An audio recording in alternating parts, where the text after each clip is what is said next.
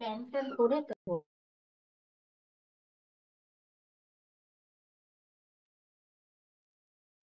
আচ্ছা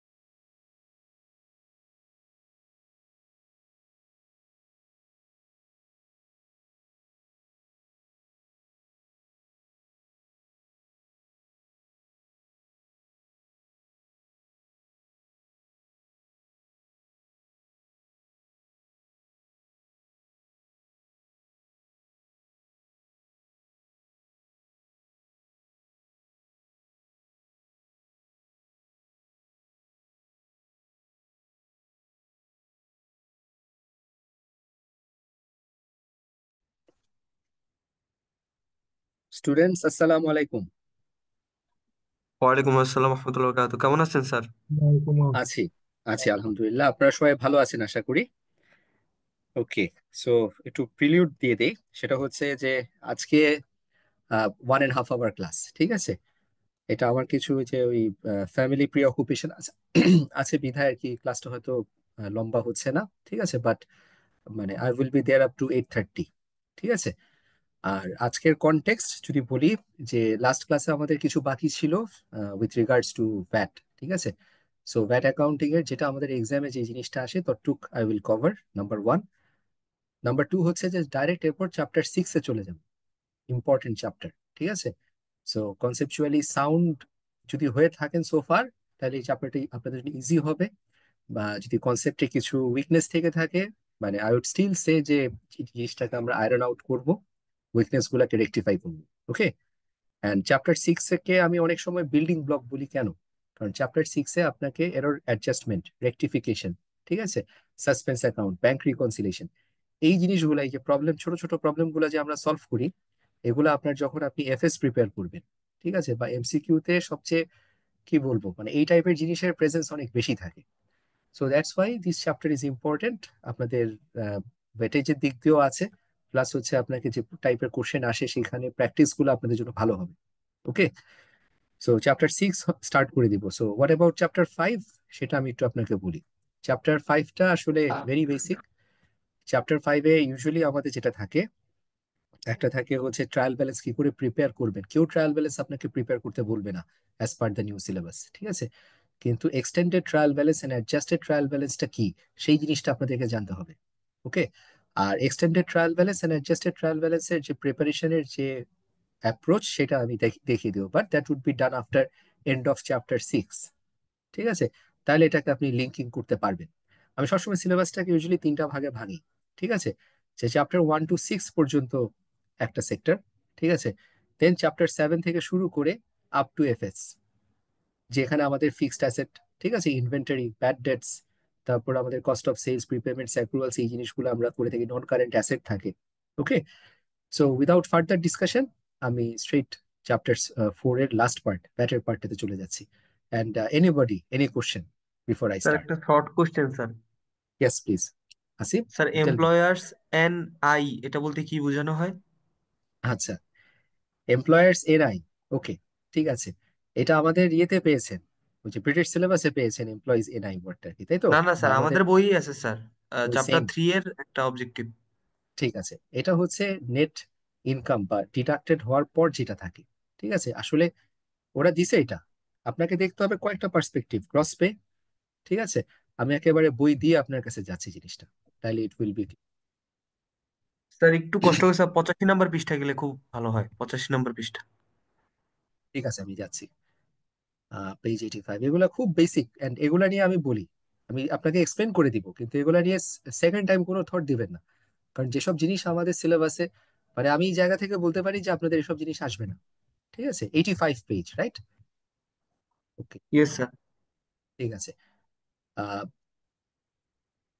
ঠিক আছে, স্ক্রিন শেয়ার দিই, will help you.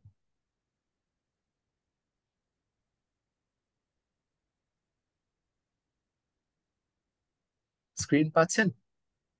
Yes sir. Okay. So page 85 আমাদের সিলেবাসের কন্টেন্ট, এই তো। জি স্যার।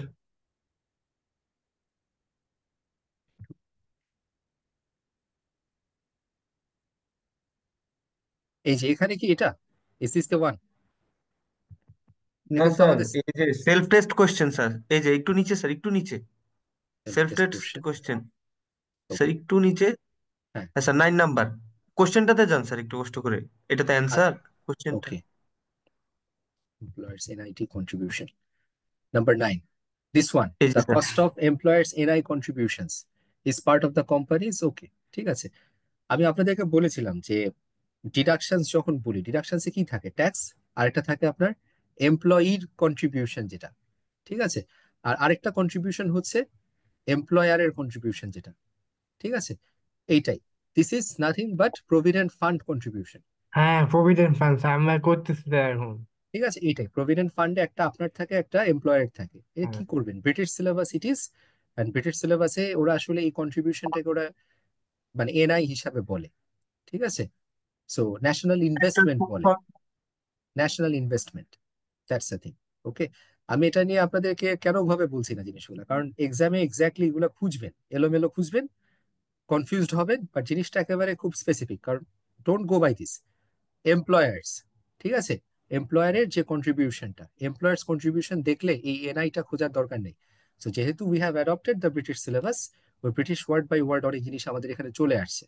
ওকে, আর যদি এক্সামে চলেও আসে, মানে মাই পয়েন্ট ইজ যে জিনিসটা কি পড়ে কি বুঝতে পারছেন না জিনিসটা? ঠিক আছে, ইয়েস আগে, স্যার। হ্যাঁ আগে তো বুঝতে হবে এটা কিসের সাম। এটা হচ্ছে আমার ক্রস পে ক্যালকুলেশন বা ক্রস পেরোল কস্টের ক্যালকুলেশনের যে জিনিসটা, এই কনসেপ্টটা আপনাদের জানতে হবে। তারপর ওভারঅল প্রসেসটা যদি জানেন যে cross pay plus employers contribution, এটা দিয়ে আমি গ্রস পেরোল কস্ট বের করতে পারি। ঠিক আছে, সো এক জায়গায় বুঝতে পারতেছি এটা এমপ্লয়ার্স এর কন্ট্রিবিউশন, নট এমপ্লয়িজ কন্ট্রিবিউশন। তাহলে এমপ্লয়ার্স কন্ট্রিবিউশন যদি হয়ে থাকে, ঠিক আছে, it's part of my company's কি। এবার আমাকে বলেন, এটা কি আমার নেট পে না গ্রস পে? ঠিক আছে, ওয়েজেস এন্ড স্যালারিজ কস্ট না income tax charge? Wages and salaries cost. Sir wages and salaries cost. Yes, which is my gross payroll cost. ঠিক আছে, দুই নামে আসতে পারে, কনফিউজ হওয়ার কিছু নাই। ঠিক আছে, নেট পে তো হবেই না। ঠিক আছে, গ্রস পে এর ভেতরে কিন্তু আপনার এমপ্লয়িজ কন্ট্রিবিউশন থাকে, not employers contribution. Income tax চার্জের তো প্রশ্নই আসে না। So this leaves us to number C.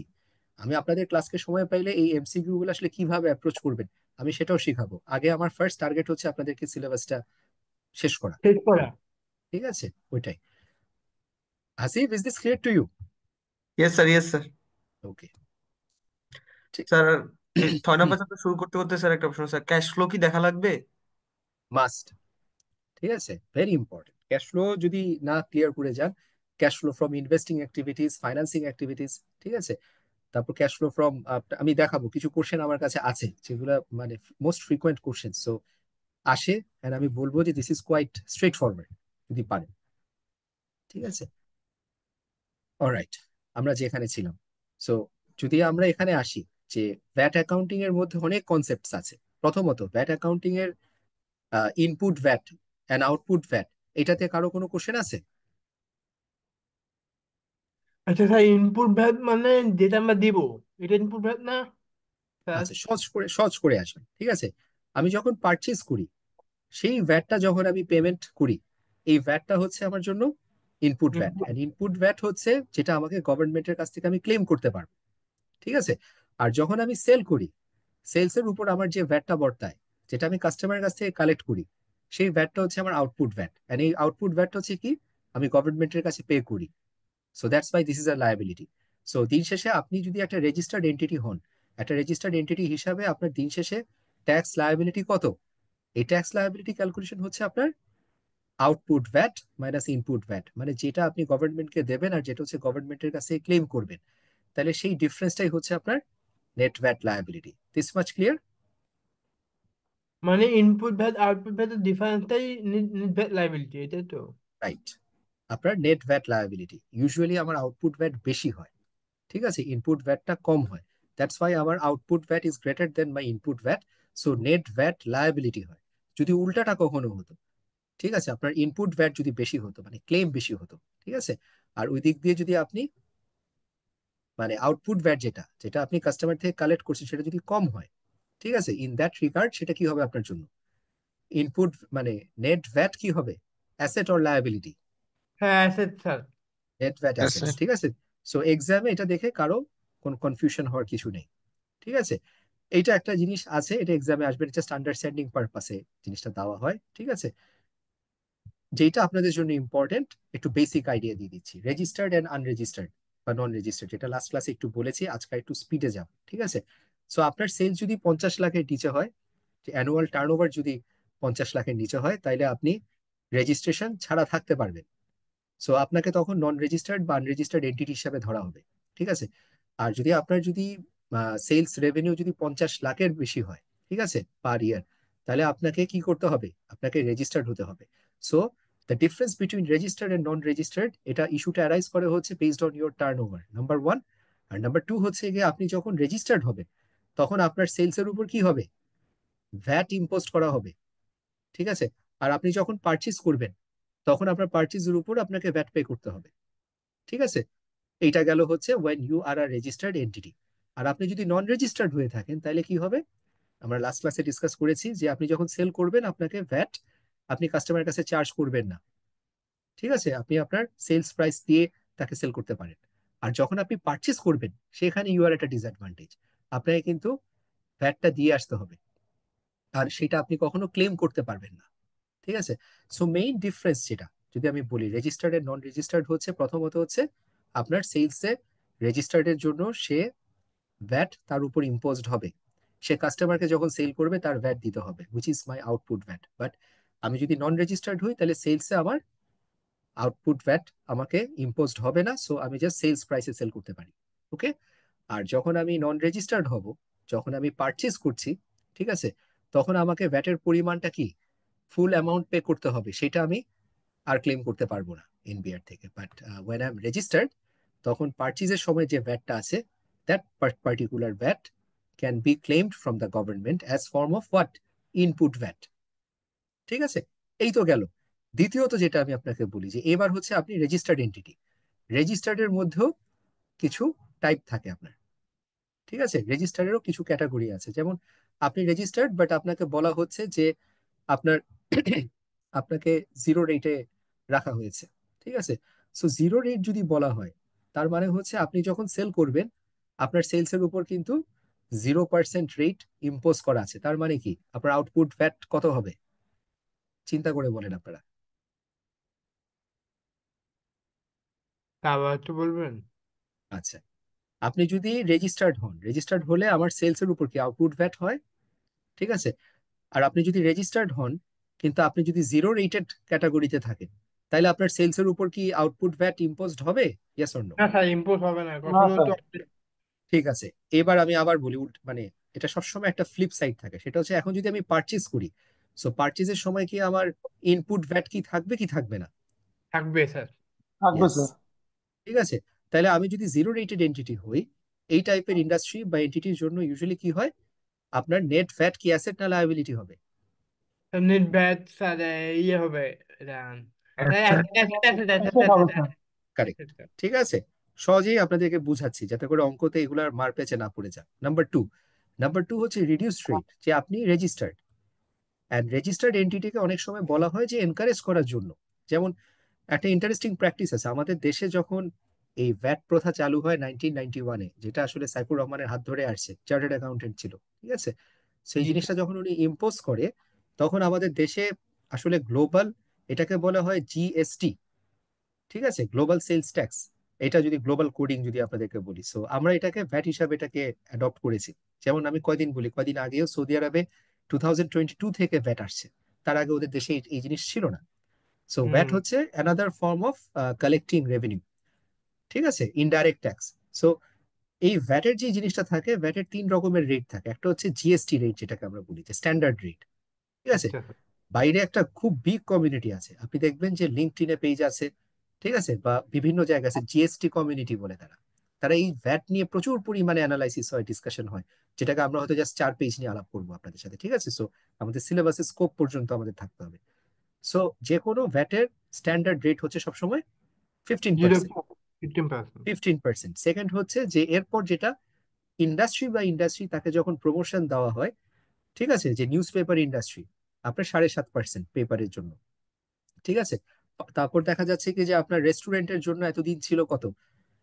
7.5% ছিল, সেটা এখন হয়ে যাচ্ছে 15%। ওকে। সো এইভাবে আসলে রেট গুলাকে ইন্ডাস্ট্রি মডিফাই করা হয় তাকে সাপোর্ট দেওয়ার খাতিরে। ঠিক আছে। বা তার ইকোনমির ইম্প্যাক্টের উপর অ্যাসেস করে। ওকে। আর আরেকটা হচ্ছে জিরো রেট হচ্ছে যেটা extremely important industry to our economy. যেমন গার্মেন্টস ইন্ডাস্ট্রি যেগুলো আছে তাদেরকে সবসময় জিরো রেট করা হয় তাদের সেলস এর উপর।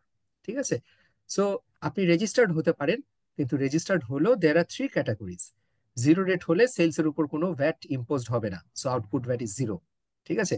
রিডিউস রেট যদি হন, তাহলে আপনাকে স্ট্যান্ডার্ড রেট 15% ইম্পোজ করা হবে না, তার নিচে আপনাকে থাকবে। সেটা 5% হতে পারে, 7.5% হতে পারে, 10% হতে পারে। ওকে।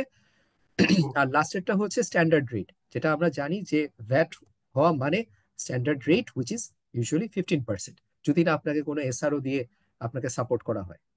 ওকে, এই জি জিনিসটা এতটুকু আপনাদের জন্য জানা ইম্পর্টেন্ট। যে রেজিস্টার্ড এন্ড নন রেজিস্টার্ড, রেজিস্টার্ডের ভেতরেও হচ্ছে এই তিনটা ক্যাটাগরি আছে। ওকে, আর ওকে। এবার অ্যাকাউন্টিংটা আমি আপনাদেরকে লাস্ট ক্লাসে বলেছিলাম, আমি আবার আপনাদেরকে একটু জাস্ট গ্লিমস দেখাই দিই এখানে কোনটা ইম্পর্টেন্ট, সেটা আমি দেখাবো আপনাদেরকে। ওকে, যেটা ডিসকাস হয়নি, প্রথমত হচ্ছে input VAT and output VAT আমি এক্সপ্লেন করেছি। ঠিক আছে, ইনপুট ভ্যাটটা হচ্ছে আপনাদের যখন পারচেজ করছেন, পারচেজের সময় যে ভ্যাটটা পেমেন্ট করছেন, ঠিক আছে, সেটার অ্যাকাউন্টিং কি। ঠিক আছে, নর্মাল কি হয়, purchase debit, accounts payable credit. Okay, so যখন ইনপুট ভ্যাট থাকে purchase debit, input VAT debit, ঠিক আছে, অ্যাকাউন্টস পেয়েবল ক্রেডিট, এইটা আপনাদেরকে মনে রাখতে হবে সবসময়। ওকে, এই ডাবল এন্ট্রি অ্যাকাউন্টিং এ কোনো প্রবলেম আছে? I wish to know. না স্যার, এই অ্যাকাউন্টসে কোনো প্রবলেম নেই। Anybody students? ওকে, নেক্সট হচ্ছে সেলস এর পার্ট। ঠিক আছে, সো আমি যখন সেল করব, খেয়াল করেন, আমি যখন আজকে সেল করব, সেলস এর উপর যে আমার একটা ভ্যাট ইম্পোজড হবে, যেটা আমি কাস্টমারের কাছ থেকে কালেক্ট করব, সেটার অ্যাকাউন্টিং ট্রিটমেন্ট কি? অ্যাকাউন্টস রিসিভেবল হবে ডেবিট। ঠিক আছে, সেখানে আপনার ভ্যাট অ্যামাউন্ট সহ হবে, কারণ আমি কাস্টমারের কাছ থেকে সে অ্যামাউন্টটাও ক্লেম করব। সেলস হবে ক্রেডিট, আউটপুট ভ্যাট হচ্ছে ক্রেডিট। ক্লিয়ার? সেলস জি কিন্তু তার অ্যাজ ইজ অ্যামাউন্ট হবে, আর বাকি যে অ্যামাউন্টটা যেটা আমি কাস্টমারের কাছ থেকে ক্লেম করব সেটা আমার আউটপুট ভ্যাট। এটা ক্রেডিট কেন? Because this a liability. আমি এটা ক্লেম করছি ফ্রম মাই কাস্টমার, যেটা কিনা আমার কাছ থেকে গভর্নমেন্ট ক্লেম করবে, and as a result this is my liability. Okay, যেটা আপনাদেরকে এবার একটু ডিফারেন্ট ভাবে দেখাতে চাই সেটা হচ্ছে এক্সপেন্সেস গুলা। ঠিক আছে, এক্সপেন্সের উপর ভ্যাট বর্তায়, এটা আমরা জানি। ঠিক আছে, সো কিছু কিছু এক্সপেন্সের উপর আপনার ভ্যাট বর্তাবে, কিছু কিছু এক্সপেন্সের উপর ভ্যাট বর্তাবে না। আবার কিছু কিছু এক্সপেন্সের আছে যে ভ্যাট যেটা বর্তাবে সেটা রিকভার করতে পারবেন, কিছু কিছু কেসে রিকভার করতে পারবেন না। ঠিক আছে, সো এটাকে আমরা কিভাবে দেখব? প্রথমত, আপনার কিছু কিছু এক্সপেন্সের উপর ভ্যাট এক্সেমশন দেওয়া আছে। ঠিক আছে, যে জরুরি সাপ্লাই যেগুলো আছে, যে র ম্যাটেরিয়ালস আপনার ফার্মাসিউটিক্যাল ইন্ডাস্ট্রির জন্য, ঠিক আছে, সেগুলো যখন পারচেস করবেন, ঠিক আছে, এই টাইপের কেসে যখন আপনি খরচা করবেন, এই খরচার উপর কখনো আপনার ভ্যাট ইম্পোজ করা হয় না, এটা ভ্যাট এক্সেম্পট বলি আমরা তাকে। ঠিক আছে, তাহলে সেই পার্টিকুলার কেসে আমি যখন পারচেস করব আমার এক্সপেন্স ডেবিট হবে সেই অ্যামাউন্ট, ওই সার্ভিস এর যে অ্যামাউন্টটা বা প্রোডাক্টের যে অ্যামাউন্টটা, আর ক্যাশ বা এক্সপেন্স পেয়েবল হয়ে যাবে আমার সেম অ্যামাউন্ট। ঠিক আছে, সো ভ্যাট যেহেতু নেই এখানে, ভ্যাটকে আমাকে এখানে অ্যাকাউন্টিং ফরের কোনো প্রশ্নই আসে না, খালি খেয়াল রাখতে হবে আপনাদের যে লেখা থাকবে ভ্যাট এক্সেপ্ট। ওকে, আচ্ছা, ইউজুয়ালি যেটা হয়, আপনি যদি রেস্টুরেন্টে গিয়ে খেতে গেলেন, 15% যদি আপনার উপর ভ্যাট ইম্পোজ করা হয়, ঠিক আছে, অ্যান্ড খেয়াল করে দেখবেন এই ভ্যাটটা আপনি রিকভার করতে পারবেন। ঠিক আছে, প্রথম কি বলেছিলাম যে ভ্যাট আপনার এক্সেপ্ট, তার মানে কি এক্সপেন্স যা সেটাই ডেবিট, এক্সপেন্স পেয়েবল যেটা সেটাই ক্রেডিট। এরপর যদি আমি আপনাকে বলি যে ভ্যাট যেটা আছে আপনার উপর ইম্পোজড হচ্ছে, and এই ভ্যাটটা আপনি কি করতে পারবেন? রিকভার করতে পারবেন অ্যাজ ইনপুট ভ্যাট। ঠিক আছে, তখন আপনাকে এক্সপেন্স ডেবিট হবে, জাস্ট এক্সপেন্সের অ্যামাউন্ট, তারপর আপনাকে ইনপুট ভ্যাট যেটা সেটা আপনার ডেবিট হবে, লাস্টে হচ্ছে পেয়েবল, যেটা আপনি ভেন্ডারের কাছে পেমেন্ট করবেন সেটা হচ্ছে আপনার ক্রেডিট হবে। Is this clear? কারো কোনো কনফিউশন থাকলে আমাকে প্লিজ বলেন। এটা হচ্ছে expense where VAT is imposed but the VAT is recoverable, এটার অ্যাকাউন্টিং ট্রিটমেন্ট হচ্ছে এটা।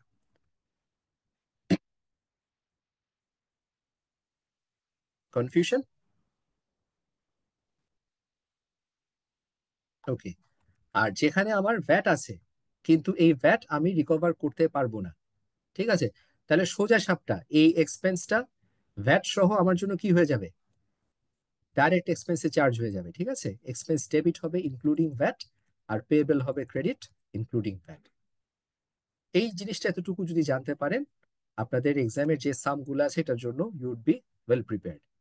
ঠিক আছে, আমাদের বইতে যে সামটা আছে, let us go to that. আমি এটা ডিসকাস করে I will close this chapter. ঠিক আছে, তারপর নেক্সট চ্যাপ্টারে আমি মুভ অন করবো। কনফিউশনস? স্যার, একটা কোশ্চেন আছে স্যার, আমাদের কি মানে কি এক্সামের খাতায় কি ইনপুট ভ্যাট আউটপুট ভ্যাট এটা লিখতে হবে নাকি স্যার? ওই যে লাইবিলিটি ভ্যাট, লাইবিলিটি ভ্যাট একসাথে এটা লিখতে হবে? কিছুই লিখতে হবে না, খালি জাস্ট অ্যান্সার যেটা আছে চারটা সেটার মধ্যে একটা টিক দিবেন, কারেক্ট নাম্বারটা আপনার দরকার। ঠিক আছে, ইউ ডোন্ট নিড এনিথিং, আপনাকে লেখার মানে লেখা ভুলাই দিছে সার্টিফিকেট লেভেলে, যেটা কিনা অ্যাপ্লিকেশনে গিয়ে যখন লিখতে হবে তখন ওই অন্ধকার থেকে আলোতে আসলে যেটা হয় সেরকম একটা সিচুয়েশন হবে আপনাদের। ওকে, আচ্ছা, জাস্ট আমি বলি কনসেপ্টসটা মাথায় নেন, তাইলে আপনি নাম্বারস গুলাতে আসতে পারবেন। ওকে, মোস্ট ইম্পর্টেন্ট সাম, এটা আপনাদেরকে আন্ডারস্ট্যান্ডিং এর জন্য দরকার। ঠিক আছে, এগুলো ইউজুয়ালি আসলে একটা বা দুটা সাম আসবে, বাট যেটা আসবে এক্স্যাক্টলি এই টাইপের জিনিসই আসবে। সো আমি স্টার্ট করছি, এটা আমার স্ক্রিন পাচ্ছেন আপনারা? Yes sir. Okay, so interactive VAT যেটা আছে, ঠিক আছে, Muscle is preparing financial statement for the year ended 31st May. Included in its statement of financial position as at 31st May 2008 was a balance for VAT due from commissioner, VAT of টাকা 15,000। একটা কথা আমাকে বলেন, মানে আজকে যদি কমিশনের কাছ থেকে যদি ভ্যাট ডিউ হয় আপনার, ঠিক আছে, ডিউ ফ্রম কমিশনার হয়, what does this mean? Bad assets, sir. Yes, very good. ঠিক আছে, এই জন্য বলি ওয়ার্ড গুলা খেয়াল করবেন, যদি ডিউ ফ্রম হয় তাইলে it's a net VAT asset, আপনার ওপেনিং ব্যালেন্স। ঠিক আছে, আর যদি হয় যে ডিউ টু কমিশনার হয়, তার মানে তখন দিস ইজ ইয়োর আমাদের লায়াবিলিটি। লাইবিলিটি হবে এটা। ভেরি গুড, ঠিক আছে, যে আপনাকে এটা পে করতে হবে, this is your liability. Okay, so কখনো যদি এরকম ব্যালেন্স দেখেন, এটা ঘাবড়া যাওয়ার কিছু নাই, this can definitely happen, just অঙ্কের কমপ্লেক্সিটিটা এনশিওর করার জন্য। ওকে, তারপর আমরা কি দেখছি যে, ইয়েস, এনি কোশ্চেন? ওকে, এবার আমরা দেখছি যে কি কি কথা বলা আছে এখানে। ওকে, আমাকে আসলে এখানে কি বের করতে হবে? এই যে অঙ্কগুলো পড়তেছি, আমার একটা অ্যাপ্রোচ আছে, যখনই কোনো অঙ্ক আমাদের আসে আমি সবার আগে দেখি নিই যে আমার কাছ থেকে রিকোয়ারমেন্টটা কি। এই রিকোয়ারমেন্ট দিয়ে যদি সামটা পড়েন আপনার জন্য অনেক ইজি হয়ে যাবে। সো এখানে রিকোয়ারমেন্ট কি, what is the balance for VAT in the statement of financial position as at 31st May 2009। ঠিক আছে, তার মানে আমি একটা জিনিস বুঝতে পারছি যে আমার নেট ভ্যাট লায়াবিলিটি কত, বা এটা আমার নেট ভ্যাট অ্যাসেটও হতে পারে, রাইট? তার মানে ক্লোজিং ব্যালেন্সটাকে আমার বের করতে হবে। তাইলে সেটা করতে আমাকে কি করতে হয়, যে আমার আউটপুট ভ্যাট গুলা বের করতে হয়, আমার ইনপুট ভ্যাট বের করতে হয়, তারপর আউটপুট মাইনাস ইনপুটের যে ডিফারেন্সটা, সেটাই তো আমার হচ্ছে গিয়ে ক্লোজিং ব্যালেন্সটা। এটাই তো আমি বের করতে চাচ্ছি, রাইট? এই আন্ডারস্ট্যান্ডিংটা কি আপনাদের হচ্ছে, যে কি চাচ্ছি? This is important. ওকে, এবার আমি আসতেছি সেলস। খেয়াল করেন প্রতিটা ওয়ার্ড এখানে important. Sales, net, all standard rated. ঠিক আছে, স্ট্যান্ডার্ড রেট কত পার্সেন্টেজ? স্যার 15%। 15%. 15%. ভেরি গুড, ঠিক আছে, এখানে কেউ নিজে নিজে বানায় না। ঠিক আছে, যেমন ব্রিটিশ বইতে আছে 20%, ওদের দেশের জিএসটি হচ্ছে আপনার 20%, সো ওটা আমরা কনসিডার করবো না আমাদের বইতে, বা কোশ্চেন ব্যাংকে মাঝে মধ্যে 20% দিয়ে সামগুলা করে, এটা দিয়ে আপনারা পুরো একটা ঘন্টা নষ্ট করেন তখন। ঠিক আছে, ডোন্ট ডু দ্যাট, একটু মাথায় রেখেন যে 20% যদি কখনো এক্সামে বা কোশ্চেন ব্যাংকে পান, সেটা ওরা ব্রিটিশ অ্যাপ্রোচটা ফলো করেছে। ঠিক আছে, এটা। সো সেলস আমাদের ইউজুয়ালি লেখা থাকবে স্ট্যান্ডার্ড রেটেড 15%, যেটা নিচে দেখবেন যে দেওয়া আছে আপনাকে। Okay, so sales net standard rated, তার মানে এই যে 500,000 টাকার যে সেলস আছে, এটার মধ্যে কি ভ্যাট ইম্পোজ করা হয়েছে, yes or no? Sir VAT exclude exclude করে তারপর এখানে বসে বসায় দিতে, আসলে এটা তো net net amount. Yes, the most important word here is net. ঠিক আছে, সো এই অ্যামাউন্টের উপর আমাকে এখনো ভ্যাট ইম্পোজ করা হয়নি, আর যদি ভ্যাট ইম্পোজ করতো সেটা হচ্ছে স্ট্যান্ডার্ড রেটেড উইচ ইজ 15%। তার মানে 500,000-এর উপর 15% যদি আমি ইম্পোজ করি, ঠিক আছে, সেটা হচ্ছে আমার কি, কি ধরনের ভ্যাট? স্যার শেষ করলে তো আউটপুট ভ্যাট হয়। Output bad. Output one. Very good, সেটা আমার output VAT. So is this my asset or liability? Sir Liability. Liability sir. Liability, very good. তাহলে আমি সবার আগে একটা টি অ্যাকাউন্ট লাইবিলিটি। খুলে ফেলতে হবে। ঠিক আছে, আপনাদের এক্সামে রাফ পেজ থাকবে, টি অ্যাকাউন্ট ওপেন করবেন। আপনার ওপেনিং ব্যালেন্স, যদিও আমি ভ্যাট পেয়েবল বলছি, তার ওপেনিং ব্যালেন্স আমরা কি পেয়েছিলাম, যে ভ্যাট রিসিভেবল, মানে ফ্রম, ডিউ ফ্রম কমিশনার, তার মানে কি পজিশন ছিল, অ্যাসেট পজিশন। তাহলে আমি যদি ভ্যাট পেয়েবল টি অ্যাকাউন্টটা আমি ওপেন করি, ঠিক আছে, আমার এই যে রিসিভেবলটা যেটা আছে সেটাকে আমি ওপেনিং ব্যালেন্স আমি তার ডেবিট সাইডে রেকগনাইজ করব। হ্যাঁ, ওপেন ব্যালেন্স ডেবিট সাইড। ঠিক আছে, তাকে আমার অ্যাসেট হিসাবে রেকগনাইজ করতে হবে, নাম্বার ওয়ান। এইবার যে আমি সেলস এর উপর যে ভ্যাট আছে, যেটা আমি বলেছি আপনাদেরকে, সেলস এর উপর যে ভ্যাট, ইটস আ লায়াবিলিটি, তার মানে সেটা আমার ভ্যাট পেয়েবল, আমার লায়াবিলিটি বাড়িয়ে দেয়। সো জি স্যার। আউটপুট ভ্যাট সবসময় আপনার ভ্যাট পেয়েবল এর টি অ্যাকাউন্টে ক্রেডিট সাইডে থাকবে। ঠিক আছে, এনিথিং দ্যাট ইনক্রিজেস লায়াবিলিটি সবসময় আপনার ক্রেডিট সাইডে আপনাকে রেকগনাইজ করতে হবে। ওকে, এই তো গেল। এইবার আমরা আসবো এর পরের পয়েন্টটাতে। একটা একটা করে জিনিসটা বুঝে নিন, প্রতিটা জিনিস এখানে important. Purchases net all standard rated, ঠিক আছে? তাহলে পারচেজের উপর যে ভ্যাটটা আমি দেই সেটাকে আমি কি বলি? তা input VAT. Input VAT. Good man. তো ইনপুট ভ্যাট যেটা, সেটা কি আমি যদি রেজিস্টার্ড এন্টিটি হই তাহলে সেটা আমি কি করব? ক্লেম করব, ঠিক আছে? It's a claim. So claim হচ্ছে আমার জন্য অ্যাসেট। ওকে। আর কত টাকার অ্যাসেট হবে? 120,000 মাল্টিপ্লাই বাই 15%। 15%, ঠিক আছে? সো 120 মাল্টিপ্লাই বাই 15% করলে আমি যেটা পাচ্ছি, দিস ইজ মাই অ্যাসেট। তাহলে আমার ভ্যাট পেয়েবিলিটি অ্যাকাউন্টে কোন দিকে থাকবে? এটা ডেবিট সাইডে থাকবে, ঠিক আছে? It's a claim, that's why এটা ডেবিট সাইডে থাকবে। এই তো গেল। এতটুকু পর্যন্ত আপনারা খুব সহজে ধরে ফেলতে পারেন। চ্যালেঞ্জ হয় পরের যে তিনটা কেসে, যে গ্রস প্রফিট পেলাম, ভালো কথা, এক্সপেন্সেস পেলাম 280, ঠিক আছে? তারপর আপনারা অনেকে কনফিডেন্টলি মনে করেন যে 280-র উপর 15% যদি আমি ইম্পোজ করি, তাহলে তো এটা আমার এক্সপেন্সের উপর যে ভ্যাট, যেটা এক্সপেন্সের উপর ভ্যাটকে ইউজুয়ালি মানুষ ইনপুট ভ্যাট হিসাবে কনসিডার করে। বাট আপনাকে নোটসে খেয়াল রাখতে হবে। একটু আগে আমি আপনাকে কি কি শিখালাম, যে কিছু কিছু এক্সপেন্স আছে যেখানে ভ্যাট এক্সেম্পট হবে, কিছু কিছু ভ্যাট আছে যেখানে আপনি এক্সপেন্স আছে যেখানে ভ্যাট আপনি ইম্পোজড হবে সেটাকে কি করতে পারবেন? রিকভার করতে পারবেন। আবার কিছু কিছু এক্সপেন্স আছে যেখানে ভ্যাট আছে যেটা আপনি রিকভার তুমি করতে করতে পারবেন পারবে। পারবেন না। পারবো না। Clear cut. তিনটার জন্য তিন রকমের অ্যাকাউন্টিং আপনাকে জানতে হবে। ওকে। সো প্রথমত আমি দেখছি যে 280, ঠিক আছে, ওয়েজেস এন্ড স্যালারিজ, খেয়াল করে দেখে এখানে বলা আছে এক্সেম্পট অফ ভ্যাট। তাইলে 162-র উপর যদি আমার স্ট্যান্ডার্ড রেটে ভ্যাটও হতো, ঠিক আছে, আসলে তো ভ্যাট হবেই না ইন দ্য ফার্স্ট প্লেস, কারণ এখানে বলা আছে এক্সেম্পট ভ্যাট। তাহলে এটার অ্যাকাউন্টিং ট্রিটমেন্ট কি হতো আমার? আমার অ্যাকাউন্টিং ট্রিটমেন্ট কি হতো, টেল মি। স্যার এইখানে তো ভ্যাট অ্যাকাউন্টে আসবে না স্যার এই অ্যামাউন্টটা। Expense debit, wages and salaries expense debit 162, ঠিক আছে? হ্যাঁ। আমার এক্সপেন্স পেয়েবল বা ক্যাশ হতো 162, শেষ। এখানে ভ্যাটের কোনো ইম্প্যাক্ট নাই, নাই। ঠিক আছে? এখানে আপনারা অনেকে হয়তো ভুল করতে পারেন যে তার উপর 15% ইম্পোজ করে ওটাকে ইনপুট ভ্যাট হিসাবে রেকগনাইজ করতে পারেন, ঠিক আছে? So this much is clear to us. Number two, আমি আপনাদেরকে বলেছিলাম যে ভ্যাট আছে, ঠিক আছে, কিন্তু এই ভ্যাটটা আপনি রিকভার করতে পারবেন না, ঠিক আছে? এগুলো এসআরও দিয়ে বলে দেওয়া থাকে, কিছু কিছু ক্যাটাগরির এক্সপেন্সে আপনি ভ্যাট রিকভার করতে পারবেন না। এন্টারটেইনমেন্ট এক্সপেন্স থাকে, ঠিক আছে, খাবার দাবারের এক্সপেন্স থাকে, এগুলাতে আপনি ভ্যাট ক্লেম করতে পারবেন না। ওকে। তাহলে সেইটা কত টাকা? 46 টাকা। তাহলে এই যে 46 টাকাতে আমি একটু খেয়াল করে যদি দেখি, আপনার এন্টারটেইনমেন্ট এক্সপেন্স অ্যাকচুয়ালি কত টাকা ছিল? 40 টাকা। আর তার উপর ভ্যাট বর্তাইছে কত টাকা? 6 টাকা। তাহলে আমরা তাকে টোটাল এই ভ্যাট সহই যে অ্যামাউন্টটা, পুরোটাকে আমি এক্সপেন্ডিচার হিসাবে কনসিডার করতে হবে আমার।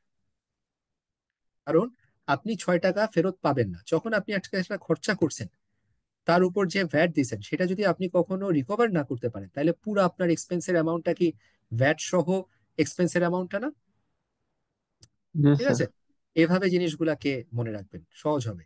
সো যখনই দেখবেন ইরিকভারেবল, সেইটাকে আপনি আর ইনপুট ভ্যাট হিসাবে ক্লেম করতে পারবেন না, এটাই হচ্ছে বড় কথা এখানে। ওকে। আর সর্বশেষে যেটা থাকে, এই 280 থেকে 162, 46 বাদ দিয়ে যেটা থাকে 70 টাকা, সেখানে আমি বুঝতে পারছি সেই ধরনের এক্সপেন্সে যে others net all standard rated 15%। তার মানে অনলি 70-এর উপর আমার 15% আমি ইম্পোজ করব ভ্যাট। আর এই ভ্যাটটা হচ্ছে আমার ইনপুট ভ্যাট। আর এই ভ্যাটটা আমি কি করতে পারবো? ক্লেম করতে পারবো, ঠিক আছে? তাহলে এই ভ্যাটটা হচ্ছে আমার asset or liability? Asset. Asset হিসাবে থাকবে, ঠিক আছে? So input VAT on expenses আমি অনলি 70,000-এর উপর ক্লেম করতে পারবো। This is my asset. Okay. এই জিনিসটা, এতটুকু পোর্শনটা অনেকে কনফিউজ করেন, ছোট ছোট সামে এই জিনিসগুলাই বেশি আসে। ওকে। লাস্টে আপনাদেরকে যেটা বলবো, খেয়াল রাখবেন যে এনবিআর কে আমরা কি করি? টাকা পেমেন্ট করি, যে ভ্যাট গুলা কালেক্ট করি ওটাকে তাকে আমি পেমেন্ট করে দিয়ে আসি। সো পেমেন্ট করে দিলে কি আমার লায়াবিলিটি কমে না বাড়ে? Sir common. লায়াবিলিটি কমে। তাহলে এটা আমার টি অ্যাকাউন্টে কোথায় বসবে? Debit or credit side? Debit দিকে। ভেরি কিন্তু গুড। নিতেছে। এই তো নিজেরাই বুঝে যাচ্ছেন যে ভ্যাট পেমেন্টস, যে 5,000, 15,000, 20,000, তার মানে 40,000 যে পেমেন্ট করেছেন সেটা আমার লায়াবিলিটি কমে গেলে আমার সবসময় ডেবিট বসবে আমার ডেবিট সাইডে বসবে। সো তাই হচ্ছে এই ব্যাংক পেমেন্ট, ঠিক আছে? এইবার হচ্ছে যে আপনি যদি এনবিআর এর কাছ থেকে টাকা পান, এটা আমাদের দেশের পরিপ্রেক্ষিতে হয় না, বাট এটা আপনাকে এক্সাম সামে এই জিনিস পাবেন। যে এরকম যদি হয় যে আপনি একটা রিপেমেন্ট পেয়েছেন বা এনবিআর আপনাকে কিছু টাকা ফেরত দিয়েছে, ঠিক আছে? তো সেই কেস যদি হয়, তাহলে এটা কি আমার অ্যাকাউন্টিং ট্রিটমেন্ট কি হয়? টাকা যখন পান ক্যাশ কি হয়? ডেবিট। এখানে ডেবিট রিসিভেবল ক্রেডিট। আর ক্রেডিট হচ্ছে ভ্যাট পেয়েবল অ্যাকাউন্ট হচ্ছে আপনার ক্রেডিট, মানে আপনার টাকা পেলে তো লায়াবিলিটি কমে না, হুম। ঠিক আছে? সো দ্যাটস ওয়াই আপনি যে অ্যামাউন্টটা ওর কাছ থেকে এনবিআর কাছ থেকে রিসিভ করেছেন, সেটা আপনার cash debit and VAT payable T account আপনার ক্রেডিট হচ্ছে, ঠিক আছে? এই সব জিনিস যদি এখন আমি সামেশন করি, আমি যদি সাম আপ করে ক্লোজিং ব্যালেন্স বের করি, ঠিক আছে, দেখা যাচ্ছে যে আমার ব্যালেন্স সিডি হচ্ছে 3,500 টাকা। আমি একটু যদি বলি যে এই ভ্যাট পেয়েবলের ক্রেডিট সাইড 75 প্লাস 12,000 করলে হচ্ছে 87,000 টাকা। আর আমি যদি তার ডেবিট সাইড যদি কনসিডার করি, আমার ওপেনিং ব্যালেন্স, ইনপুট ভ্যাট, ঠিক আছে, তারপর যে টাকা আমি পেমেন্ট করেছি, মানে আমার লায়াবিলিটি কমার যে সাইড, সেটা যদি সাম করে দেখছি যে এখানে শর্ট আছে, সো শর্ট যেহেতু আছে, তাহলে আমাকে তাকে ব্যালেন্সিং ফিগার নিয়ে আসতে হচ্ছে, ঠিক আছে? এখন আমাকে একটা কথা স্পষ্ট বলে, এই যে ব্যালেন্স সিডি আমার ডেবিট সাইডে হলো, হোয়াট ডাজ দিস মিন? আমার অ্যাসেট সাইড বেশি না আমার লায়াবিলিটি সাইড বেশি? আমার লাইবিলিটি সাইড বেশি। লাইবিলিটি সাইড বেশি। সো লায়াবিলিটি সাইড যদি বেশি হয়, সেটাকে ব্যালেন্স করা যদি আমি অ্যাসেট সাইডে যদি ব্যালেন্স সিডি নিয়ে আসি, তাহলে এটা কি আমার নেট ভ্যাট অ্যাসেট হলো না নেট ভ্যাট লায়াবিলিটি হলো? চিন্তা করে বলুন। Net bank liability. Excellent students, ঠিক আছে। It's a very critical sum, thankfully আপনারা ভালোভাবে ধরতে পারছেন, ঠিক আছে? So that concludes chapter 4। Sir okay, একটা কোশ্চেন আছে sir. Yes Tamil, tell me. সেটা হলো এই যে যে ভ্যাটের যে standard rate, zero zero rate, আর তার মানে ওই যে ইরেকভারি রেট একটা আসে না স্যার, এই হুম, তিনটা রেট কি আমাদের কি বলা থাকবে যে এই যে এতটুকু স্ট্যান্ডার্ড রেটে এটা ইরে মানে ভ্যাট হবে না? সব আসবে তামিল, সব বলে দিবে, ঠিক আছে? এমন কাজ করবে না যে আপনাকে জাস্ট এসে ধোঁয়াশা রেখে দিবে। দে উইল মেনশন যে কোনো জায়গায় যদি ইরিকভারেবল হয়, ব্র্যাকেটে বলে দিবে আপনাকে যে ওকে। এই পোর্শনটা ইরিকভারেবল, দ্যাট ইজ ইট। স্যার আর একটা না হলে, কোশ্চেন ছিল স্যার। ইয়েস আলামিন, টেল মি। স্যার এই যে এন্টারটেইনমেন্ট এক্সপেন্সের যে 46 টাকা, স্যার এটার ব্যাপারে যা বলছিলেন আমি একটু ধরতে পারিনি স্যার, যদি একটু আবার বলতেন। আচ্ছা, সোজা কথা, এন্টারটেইনমেন্ট এক্সপেন্সের উপর যে ভ্যাটটা আপনি দিয়েছেন, এই ভ্যাটটা আপনি আর রিকভার করতে পারবেন না, ঠিক জি আছে? স্যার। জি তাইলে স্যার। আমার এখন এক্সপেন্স অ্যাকচুয়ালি কত? স্যার এক্সপেন্স অ্যাকচুয়ালি তো 40 টাকা স্যার। 40 এক্সপেন্স, ছিল। আবার বলি, ঠিক আছে, আমার এক্সপেন্সের দাম 40 টাকা, তার উপর ভ্যাট ইম্পোজ হয়েছে 6 টাকা, জি। তাহলে অ্যাকচুয়াল আমার টোটাল এক্সপেন্ডিচার কত হলো? 46 স্যার। রাইট, তাহলে এক্সপেন্ডিচার ডেবিট 46, আর এক্সপেন্ডিচার পেয়েবল হচ্ছে কি আমার 46 টাকা, ঠিক আছে? সবচেয়ে বড় কথা হচ্ছে এখানে যেটা, এই যে 6 টাকা যে ভ্যাট যেটা আমি দিলাম, এই 6 টাকা ভ্যাট কি আমি আর ক্লেম করতে পারবো কি পারবো না? না স্যার, ইরিকভারেবল হলে তো আর পারবো না স্যার। যদি পারতাম তাহলে কি হতো? তাইলে স্যার আমার হচ্ছে এক্সপেন্স আমি 40 টাকা দেখাইতাম, ভ্যাটটা 6 টাকা দেখাইতাম, আর হচ্ছে এক্সপেন্স পেয়েবল 40 দেখাইতাম স্যার। গুড, ঠিক আছে। একটা কথা এখানে আপনি মানে অ্যাভয়েড করে গেছেন, সেটা হচ্ছে ভ্যাটটা কি ডেবিট না ক্রেডিট হতো? ডেবিট হইতো স্যার। ডেবিট হইতো very sir. Good, very good, ঠিক আছে। So we conclude chapter 4। Chapter 5 আমি আপনাদেরকে শেষে করাবো। এই চ্যাপ্টার 6টা যখন শেষ করাবো, চ্যাপ্টার 6 ইজ ইম্পর্টেন্ট। আমি আপনাদেরকে আজকে যতটুকু আমি পড়াবো পড়াবো, আর তারপর আপনাকে আমি বলবো যে কিছু সাম আমি করাবো। নেক্সট ক্লাসটা আমি হয়তো উইকডেজ এর মধ্যে কোনোদিন আমি পাবো, ঠিক আছে? আজকে মোস্ট প্রবাবলি আপনাদের আপনাদের আমি চেয়েছিলাম সকালের ক্লাসটা, মানে 3টা থেকে 6টা আমার জন্য ভালো হতো, ঠিক আছে, বাট এটা পাইনি আজকে। এইটা পরের দিন হয়তো আমি একটা নিবো আর কি। সো আপনাদেরকে রিকোয়েস্ট করবো যে প্রেজেন্ট থাকার জন্য, this is quite important. Okay, so chapter 6 এ ম্যাসিভ চেঞ্জ আসছে, ঠিক আছে? আমি খুব ইন্টারেস্ট পাইছি যখন আমি চ্যাপ্টার 6টা নিলাম, বিকজ এইটা আপনাদের এই চেঞ্জটা দরকার ছিল। চেঞ্জটা কি? চেঞ্জটা হচ্ছে যে আমরা যখন কন্ট্রোল অ্যাকাউন্ট করি, ঠিক আছে, আগে এক সময় আমাদেরকে কন্ট্রোল অ্যাকাউন্ট করতে গেলে কন্ট্রোল অ্যাকাউন্ট ধরে ধরে সব মিলাইতে হতো, ঠিক আছে? এই চ্যাপ্টারে একটা কথা খুব স্ট্রেট ফরওয়ার্ড বলে দিয়েছে যে আপনার যে কাস্টমার ওয়াইজ অ্যাকাউন্ট যা আছে, আর তার জন্য যে নমিনাল লেজারটা কোনটা? আমার নমিনাল লেজার হচ্ছে কাস্টমারের জন্য নমিনাল লেজার কি? রিসিভেবল কন্ট্রোল অ্যাকাউন্ট, ঠিক আছে? আর আমার পেমেন্ট সাপ্লায়ার্স এর জন্য কন্ট্রোল অ্যাকাউন্ট কি? Payable control account. তাইলে এই রিকনসিলিয়েশন গুলো আসলে যেভাবে গদভাড়া ধরে ধরে হতো, সেখান থেকে ওরা বের হয়ে আসছে, ঠিক আছে?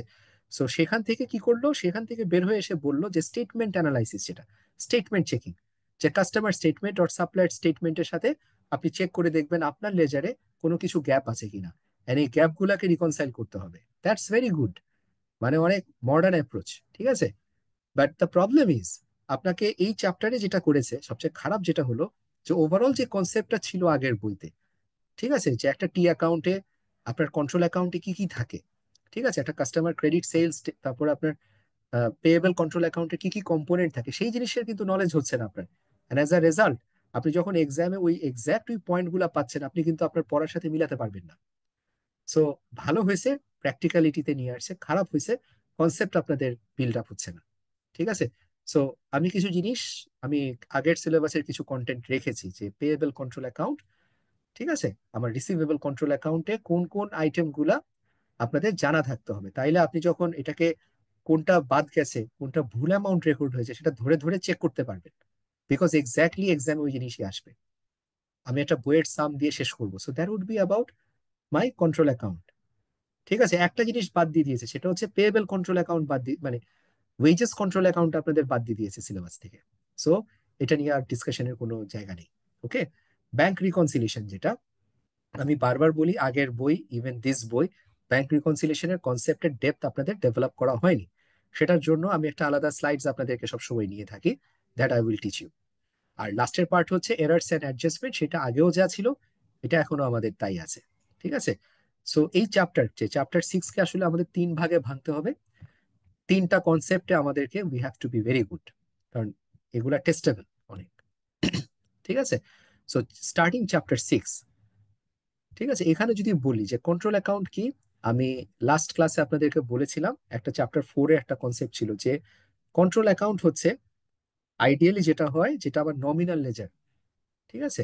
আমরা নমিনাল লেজার কি পড়েছিলাম মনে পড়ে কি লাস্ট ক্লাসে, যে আমার লেজার কয়েক ভাগে আছে, এই যে এখান থেকে দেখাই, যে যে কোনো ট্রানজেকশন আমি রেকর্ড করব কোথায়, লেজারে রেকর্ড করি, টি অ্যাকাউন্টে রেকর্ড করি। টি অ্যাকাউন্টের 2 রকমের আছে, একটা হচ্ছে নমিনাল, একটা হচ্ছে পার্সোনাল লেজার। নমিনাল লেজার যেটা আমার ডাবল এন্ট্রি অ্যাকাউন্টিং সিস্টেমের পার্ট, ঠিক আছে, কিন্তু personal ledger is not part of my double entry accounting system.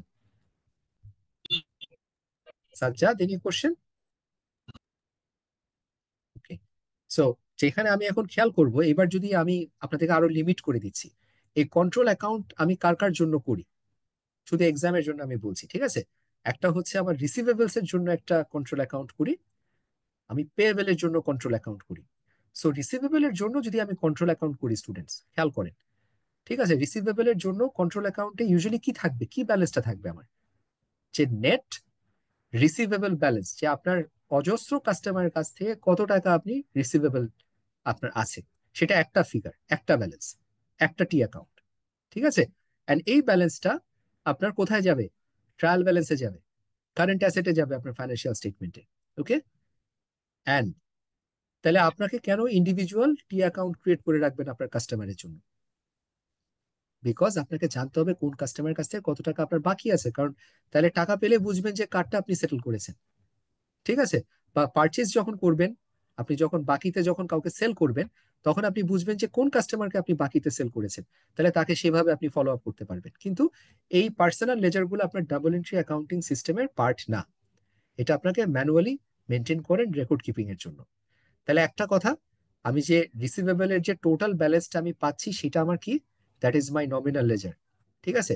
আর সেটাকে আমরা একটা কন্ট্রোল অ্যাকাউন্ট দিয়ে মেনটেন করে থাকি, ঠিক আছে। অবজেক্টিভস অফ কন্ট্রোল অ্যাকাউন্ট আমি আসলে যাব না, এটা আমাদের এক্সামে লাগবে না, বাট নলেজের জন্য কিছুটা লাগে। সো সিন্স এটা এক্সামে নাই, I will not be discussing, কেউ বলবে না যে হোয়াট আর দি অবজেক্টিভস, ঠিক আছে। সো কন্ট্রোল অ্যাকাউন্ট কি কেন সেটা বুঝাতে হয়েছে আমাকে, নাইলে আপনি তো অঙ্কটাই ধরতে পারবেন না। ওকে, ঠিক আছে। সো এটা আমি লাস্ট ক্লাসে বলেছিলাম, আমি একটা এক্সাম্পল দিয়ে দেখাই আরো সহজ করে, ঠিক আছে।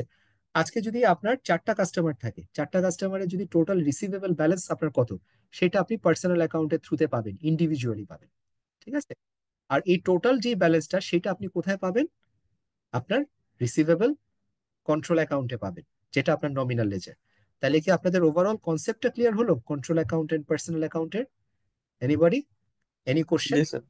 স্যার একটা কোশ্চেন আছে sir, control Amit, control account বলতে ইন্ডিভিজুয়ালি ওই যে যে ব্যক্তির কাছে যে টাকা পায় সেটাকে বলা হয় আপনার মানে পার্সোনাল পার্সোনাল অ্যাকাউন্ট। কারেক্ট। আর টোটাল যেই সামষ্টিক যেই অ্যামাউন্টটা থাকে সেটা হলো আপনার কন্ট্রোল মানে মানে রিসিভেবল কন্ট্রোল অ্যাকাউন্ট, এটাই তো? কারেক্ট, এটাই। এন্ড এই রিসিভেবল কন্ট্রোল অ্যাকাউন্ট আপনার কি? নমিনাল লেজার, যেটা আমার ডাবল এন্ট্রি অ্যাকাউন্টিং সিস্টেমের পার্ট। এবার ক্লিয়ার? আচ্ছা স্যার, ইয়েস। স্যার তাহলে পার্সোনাল পার্সোনাল অ্যাকাউন্ট কেন ডাবল এন্ট্রি অ্যাকাউন্টিং সিস্টেমে পার্ট না? আচ্ছা, পার্সোনাল অ্যাকাউন্ট একটু আগে আমি বলেছি যে আপনি যদি ডাবল এন্ট্রি অ্যাকাউন্টিং সিস্টেম করতে করতে গিয়ে যদি ধরেন আপনার 100 200 500 কাস্টমারকে আপনি সেল করেন, হ্যাঁ, সবার জন্য যদি টি অ্যাকাউন্ট করে করে ওই টি অ্যাকাউন্ট থেকে যদি আপনি আপনার ট্রায়াল ব্যালেন্স প্রিপেয়ার করেন, হ্যাঁ। তাহলে আপনার ট্রায়াল ব্যালেন্সের পেজ কয় কয় সংখ্যা হবে বলেন? ও, কতগুলা হবে? সো অনেক। যেটা বলছি যে অ্যাগ্রিগেশন কনসেপ্ট, এটা কিন্তু এমনি এমনি আসে নাই। ঠিক আছে, 7.2 আইএফআরএস, আপনার আইএস কনসেপচুয়াল ফ্রেমওয়ার্কের 7.1 এন্ড 7.2 এন্ড 7.3 তে যেটা বলা আছে সেটা হচ্ছে অ্যাগ্রিগেশন কনসেপ্ট। অ্যাগ্রিগেশন কনসেপ্ট বলে যে সিমিলার নেচারের যে ট্রানজেকশনস গুলা, that can be ক্লাবড and reported in one as one particular account. সমষ্টিগত যে কনসেপ্ট যেটাকে বলে বাংলায় যদি আপনারা যেটা পড়ে থাকেন। ঠিক আছে, তো সেখানে আমি যখন দেখি যে কাস্টমারের কাছ থেকে যে রিসিভেবল যেগুলো আছে সেগুলাকে আমি সব অ্যাগ্রিগেট করে একটা অ্যাকাউন্টে রাখতে পারি না। দ্যাটস ওয়াই আমার ডাবল এন্ট্রি অ্যাকাউন্টিং সিস্টেমে অনলি ওয়ান অ্যাকাউন্ট আমি ইউজ করি, কন্ট্রোল অ্যাকাউন্ট বা আমার নমিনাল লেজার অ্যাকাউন্ট যেটা। ঠিক আছে, and that's why personal account আমার ডাবল এন্ট্রি অ্যাকাউন্টিং এর পার্ট না। ওকে, সো এই আচ্ছা জিনিসটা স্যার। যদি আপনারা বুঝে থাকেন, ঠিক আছে, this is how it looks. And সব কথা শেষ কথা হচ্ছে আপনার ইন্ডিভিজুয়াল অ্যাকাউন্টের যে টোটাল ব্যালেন্স আছে, ঠিক আছে, সেটা আপনার কন্ট্রোল অ্যাকাউন্টের টোটালের ব্যালেন্স কি ম্যাচ হতে হবে? Yes or no? না, ইন্ডিভিজুয়াল তো ম্যাথ আপনার তো মানে ওইটা তো ইনক্লুড আছে কন্ট্রোল অ্যাকাউন্টের মধ্যে, তাই আপনার তো ব্যালেন্স তো মিলবে না এক্ষেত্রে। আবার বলি, আপনার এই তিনটা কাস্টমারকে সেল করেছেন 20 30 25 40, এই টোটাল হ্যাঁ। ব্যালেন্সটা, পার্সোনাল অ্যাকাউন্টের টোটাল ব্যালেন্সটা সবসময় আপনার কন্ট্রোল অ্যাকাউন্টের টোটাল ব্যালেন্সের সাথে ম্যাচ হতে হবে, মিলবে না। Without any doubt. যদি ম্যাচ না হয় তাইলেই তো আমাদের এই অঙ্কগুলা, যেগুলা দিয়ে আপনাদেরকে এক্সামে কি করতে হয় আসলে, এটা বোঝানোর পার্সপেক্টিভ হচ্ছে আপনাদেরকে রিকনসিলিয়েশনের জন্য রেডি করা। এখন আপনি রিকনসাইল করবেন, তারপরের কোশ্চেন আসে যে কি রিকনসাইল করবেন। ঠিক আছে, তার আগে একটা কথা বলে নিই, যেহেতু আমি বলেছি যে কন্ট্রোল অ্যাকাউন্ট আপনার ডাবল এন্ট্রি অ্যাকাউন্টিং সিস্টেমের পার্ট, তাইলে রিসিভেবলস যখন আমি রেকগনাইজ করব কাস্টমার ওয়াইজ টোটাল, তাহলে আমার ডাবল এন্ট্রি অ্যাকাউন্টিংটা কি হবে স্টুডেন্টস? চিন্তা করে বলেন। Receivable debit. Yes, not individual receivable, মানে টোটাল রিসিভেবল হবে ডেবিট, আমার সেলস হবে কি সেলস ক্রেডিট। হবে ক্রেডিট। ঠিক আছে, clear? Amit, ji. Is this clear to you? Yes sir. Yes. ঠিক আছে, এই তো গেলই। এবার আমরা আসবো যে রিসিভেবল কন্ট্রোল অ্যাকাউন্টে কি আইটেম গুলা থাকে। ঠিক আছে, আগে কনসেপ্ট, মানে অঙ্ক করতে গেলে আগে জানতে হবে যে ওভারঅল কনসেপ্ট, তারপর হচ্ছে গিয়ে আমার রিসিভেবল কন্ট্রোল অ্যাকাউন্টের কম্পোজিশন। তাইলে আপনি যখন অঙ্ক করতে বুঝবেন তখন বুঝবেন যে কেন রিসিভেবল কন্ট্রোল অ্যাকাউন্টের ব্যালেন্স আর কেন আপনার ইন্ডিভিজুয়াল কাস্টমারের যে টোটাল ব্যালেন্স এটা আমার মিসম্যাচ হচ্ছে। ঠিক আছে, কেন মিসম্যাচ হয়? কোনো একটা ট্রানজেকশন হয়তো আমি কন্ট্রোল অ্যাকাউন্টে রেকর্ড করেছি, কিন্তু যেটা আমি আমার কাস্টমারের পার্সোনাল অ্যাকাউন্টে রেকর্ড করি নাই। এখন আপনাদেরকে একটা প্রশ্ন আসতে পারে যে রিসিভেবল কন্ট্রোল অ্যাকাউন্ট আমার ডাবল এন্ট্রি অ্যাকাউন্টিং সিস্টেমের পার্ট, পার্সোনাল অ্যাকাউন্ট আমার ডাবল এন্ট্রি অ্যাকাউন্টিং সিস্টেমের পার্ট না, তাহলে কেন আমি, যদি পার্সোনাল অ্যাকাউন্টের সাথে মিসম্যাচ হয়, আমি রিসিভেবল কন্ট্রোল অ্যাকাউন্ট নিয়ে এগিয়ে যেতে পারতেছি না? এন্ড দ্য অ্যান্সার ইজ যে yes, tell me Amit, tell me. হ্যাঁ, কিছু না। আচ্ছা, কেন আমাকে এটাকে এই রিকনসিলিয়েশন ইম্পর্টেন্স দিতে হচ্ছে? বিকজ একটা অর্গানাইজেশনে রিসিভেবলস ব্যালেন্সটা just like cash is extremely important. Receivable balance, আমি যে কন্ট্রোল অ্যাকাউন্টের ব্যালেন্সটার উপর যে আমি একটা কনফিডেন্স নিব, সেই কনফিডেন্সটা এস্টাবলিশ করে কখন? যখন আমার রিসিভেবল কন্ট্রোল অ্যাকাউন্টের টোটাল ব্যালেন্স আমার ইন্ডিভিজুয়াল কাস্টমার ওয়াইজ যে রিসিভেবল ব্যালেন্স আছে সেটার সাথে যখন আমার ম্যাচিং হয়ে যায়। ইজ দিস মাচ ক্লিয়ার যে কেন এটা ইম্পর্টেন্ট? ঠিক ইয়েস আছে, স্যার। আমি জাস্ট টোটাল টু টোটাল আমি ম্যাচ করে দেখবো। সো আমাকে কনফিডেন্স পেতে হবে যে ইন্ডিভিজুয়াল কাস্টমারের টোটাল এন্ড রিসিভেবল কন্ট্রোল অ্যাকাউন্টের total definitely has to match. So এই রিকনসিলিয়েশন করতে গেলে আগে আমাকে জানতে হবে যে কি কি আইটেম থাকে, তারপর কোন কোন আইটেম অমিশন হওয়া বা মিস্টেকেনলি রেকর্ড হওয়ার কারণে আমাকে এই গ্যাপটা ক্রিয়েট হচ্ছে। এন্ড গ্যাপটা পাওয়ার পর তাকে আমাকে রিকনসাইল করে জানতে হবে কি যে what is my actual receivable balance, সেটা নিয়ে আমি আমার ব্যালেন্স শিটে যাব। ঠিক আছে, so with this concept we will learn, বা আমাদের অবজেক্টিভ নিয়ে আমরা এখন এই জিনিসটাকে শিখবো। স্যার সো আমার একটা রিসিভেবল, কোয়েশ্চেন ছিল ইয়েস প্লিজ। স্যার। আর হচ্ছে যে মডার্ন ইয়েতে স্যার আমরা যেমন মানে সফটওয়্যারের ক্ষেত্রে হুম, আমরা যে এন্ট্রি গুলা হয় স্যার, সেখানে কি স্যার মানে রিসিভেবল কন্ট্রোল অ্যাকাউন্টের সাথে পার্সোনাল অ্যাকাউন্টের মিসম্যাচ হওয়ার স্যার পসিবিলিটি স্যার কিরকম থাকে আর কি? মানে ভেরি আমি গুড যতদূর পয়েন্ট। বুঝি স্যার, যে মানে হ্যাঁ, আমি যখন একটা পার্সোনাল অ্যাকাউন্টে এন্ট্রি দিচ্ছি, জি, এটা আমার অটোমেটিকলি কন্ট্রোল অ্যাকাউন্টে চলে যাবে স্যার। মানে চলে আমি যাওয়া যদি উচিত। ঠিকঠাক মতো চলে মানে লিঙ্ক করা থাকে স্যার, মানে সফটওয়্যার কারেক্ট, গুলোতে। ঠিক সো আছে।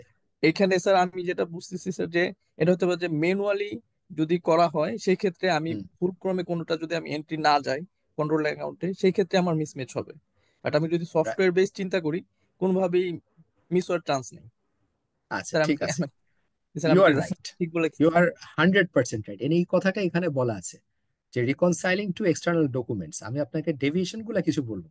ঠিক আছে, যে আমরা যখন কন্ট্রোল অ্যাকাউন্ট করি, এই কথাটি এখানে বলেছে আমাদের যে রিসিভেবল লেজারের সাথে, ঠিক আছে, আমার যে রিসিভেবল কন্ট্রোল অ্যাকাউন্ট যেটা আছে, ঠিক আছে, এখানে ইউজুয়ালি ম্যানুয়াল সিস্টেম করলে আমার মিসম্যাচ হয়। এক্স্যাক্টলি এই কথাটা লেখা আছে। ঠিক আছে, আমি ওটা আসতাম, মানে আপনাদেরকে ওই আন্ডারস্ট্যান্ডিংটা দিয়ে আসতাম যে কোথায় গ্যাপগুলা বেশি হয়। ম্যানুয়াল কেসে আমার এই মিসম্যাচটা হয়, তখন ধরে ধরে তাকে আপনাকে মিলাতে হবে। বাট কম্পিউটারাইজ সিস্টেমে আপনি ট্রানজাকশন করবেন, আপনার সাথে সাথে পার্সোনাল অ্যাকাউন্ট প্লাস এটাও আপনার রেকর্ডেড হয়ে যাবে। ঠিক আছে, এন্ড এখানে এক্সপেক্টেড যে কোনো গ্যাপ আপনার হওয়ার কথা না। ঠিক আছে, বাট আমি যেটা বলছি যে যদি কোনো কারণে সিস্টেম এরর হয়, ঠিক আছে, বা আপনি যদি মানে সিস্টেম এররই মেইনলি যদি হয়, তাহলে দেয়ার ক্যান বি মিসম্যাচ। ঠিক আছে, যদি তারপর, আর হ্যাঁ যদি তারপর, স্যার যদি ট্রানজেকশনটা যদি ফুললি যদি বাদ হয়ে যায় সেক্ষেত্রে তো আপনার তো ইয়ে হয়ে যায়। হ্যাঁ এটা এটা ট্রু। এক, দ্বিতীয় কথা, আপনাকে এই চ্যাপ্টারে এই বইতে আরেকটা অ্যাডিশনাল জিনিস এখানে শিখিয়েছে, বা এখানে আপনাদেরকে এক্সামে টেস্ট করবে, যেটা আগের সিলেবাসে ছিল না। সেটা হচ্ছে আপনার এক্সটার্নাল ডকুমেন্টের সাথে রিকনসিলিয়েশন। খেয়াল করেন, আগে কি করতেন, আপনার ইন্ডিভিজুয়াল কাস্টমারের লেজারের সাথে আপনি আপনার রিসিভেবল কন্ট্রোল অ্যাকাউন্টের টোটাল ব্যালেন্সকে রিকনসাইল করতেন। বাট এই যে যখন আপনি এই নতুন সিলেবাসে আসছেন, এখন আপনাকে কি করতে হচ্ছে, আপনার কম্পিউটারাইজ যে ব্যালেন্সটা আছে, let's just even your receivable ledger balance বা রিসিভেবল কন্ট্রোল অ্যাকাউন্টের যে ব্যালেন্সটা পাচ্ছেন, তার সাথে কি করবেন, এক্সটার্নাল ডকুমেন্টকে রিকনসাইল করবেন, which is your customer statement. So যদি আপনি কাস্টমারকে যদি ক্রেডিট সেল করে থাকেন, তাহলে কাস্টমারকে আপনি কি পাঠান, কাস্টমার স্টেটমেন্ট পাঠান তাকে মাস শেষে, যে তুমি আমার কাছে এত টাকা দাও। সো আপনার তার যে আপনি যে তাকে স্টেটমেন্ট দিচ্ছেন, আর সে যদি আপনাকে একটা স্টেটমেন্ট দিয়ে একটা প্রুফ দেয়, ঠিক আছে, কারণ আপনার কাছ থেকে যেটা আপনি ক্রেডিট সেল করেছেন তার জন্য এটা কি, ক্রেডিট পারচেজ, কিন্তু ডেবিট ক্রেডিট পারচেজ মানে আপনার ক্রেডিট সেল, তার জন্য ডেবিট ক্রেডিট পারচেজ। তো সে আপনাকে কি পাঠাবে, সাপ্লায়ার স্টেটমেন্ট পাঠাবে।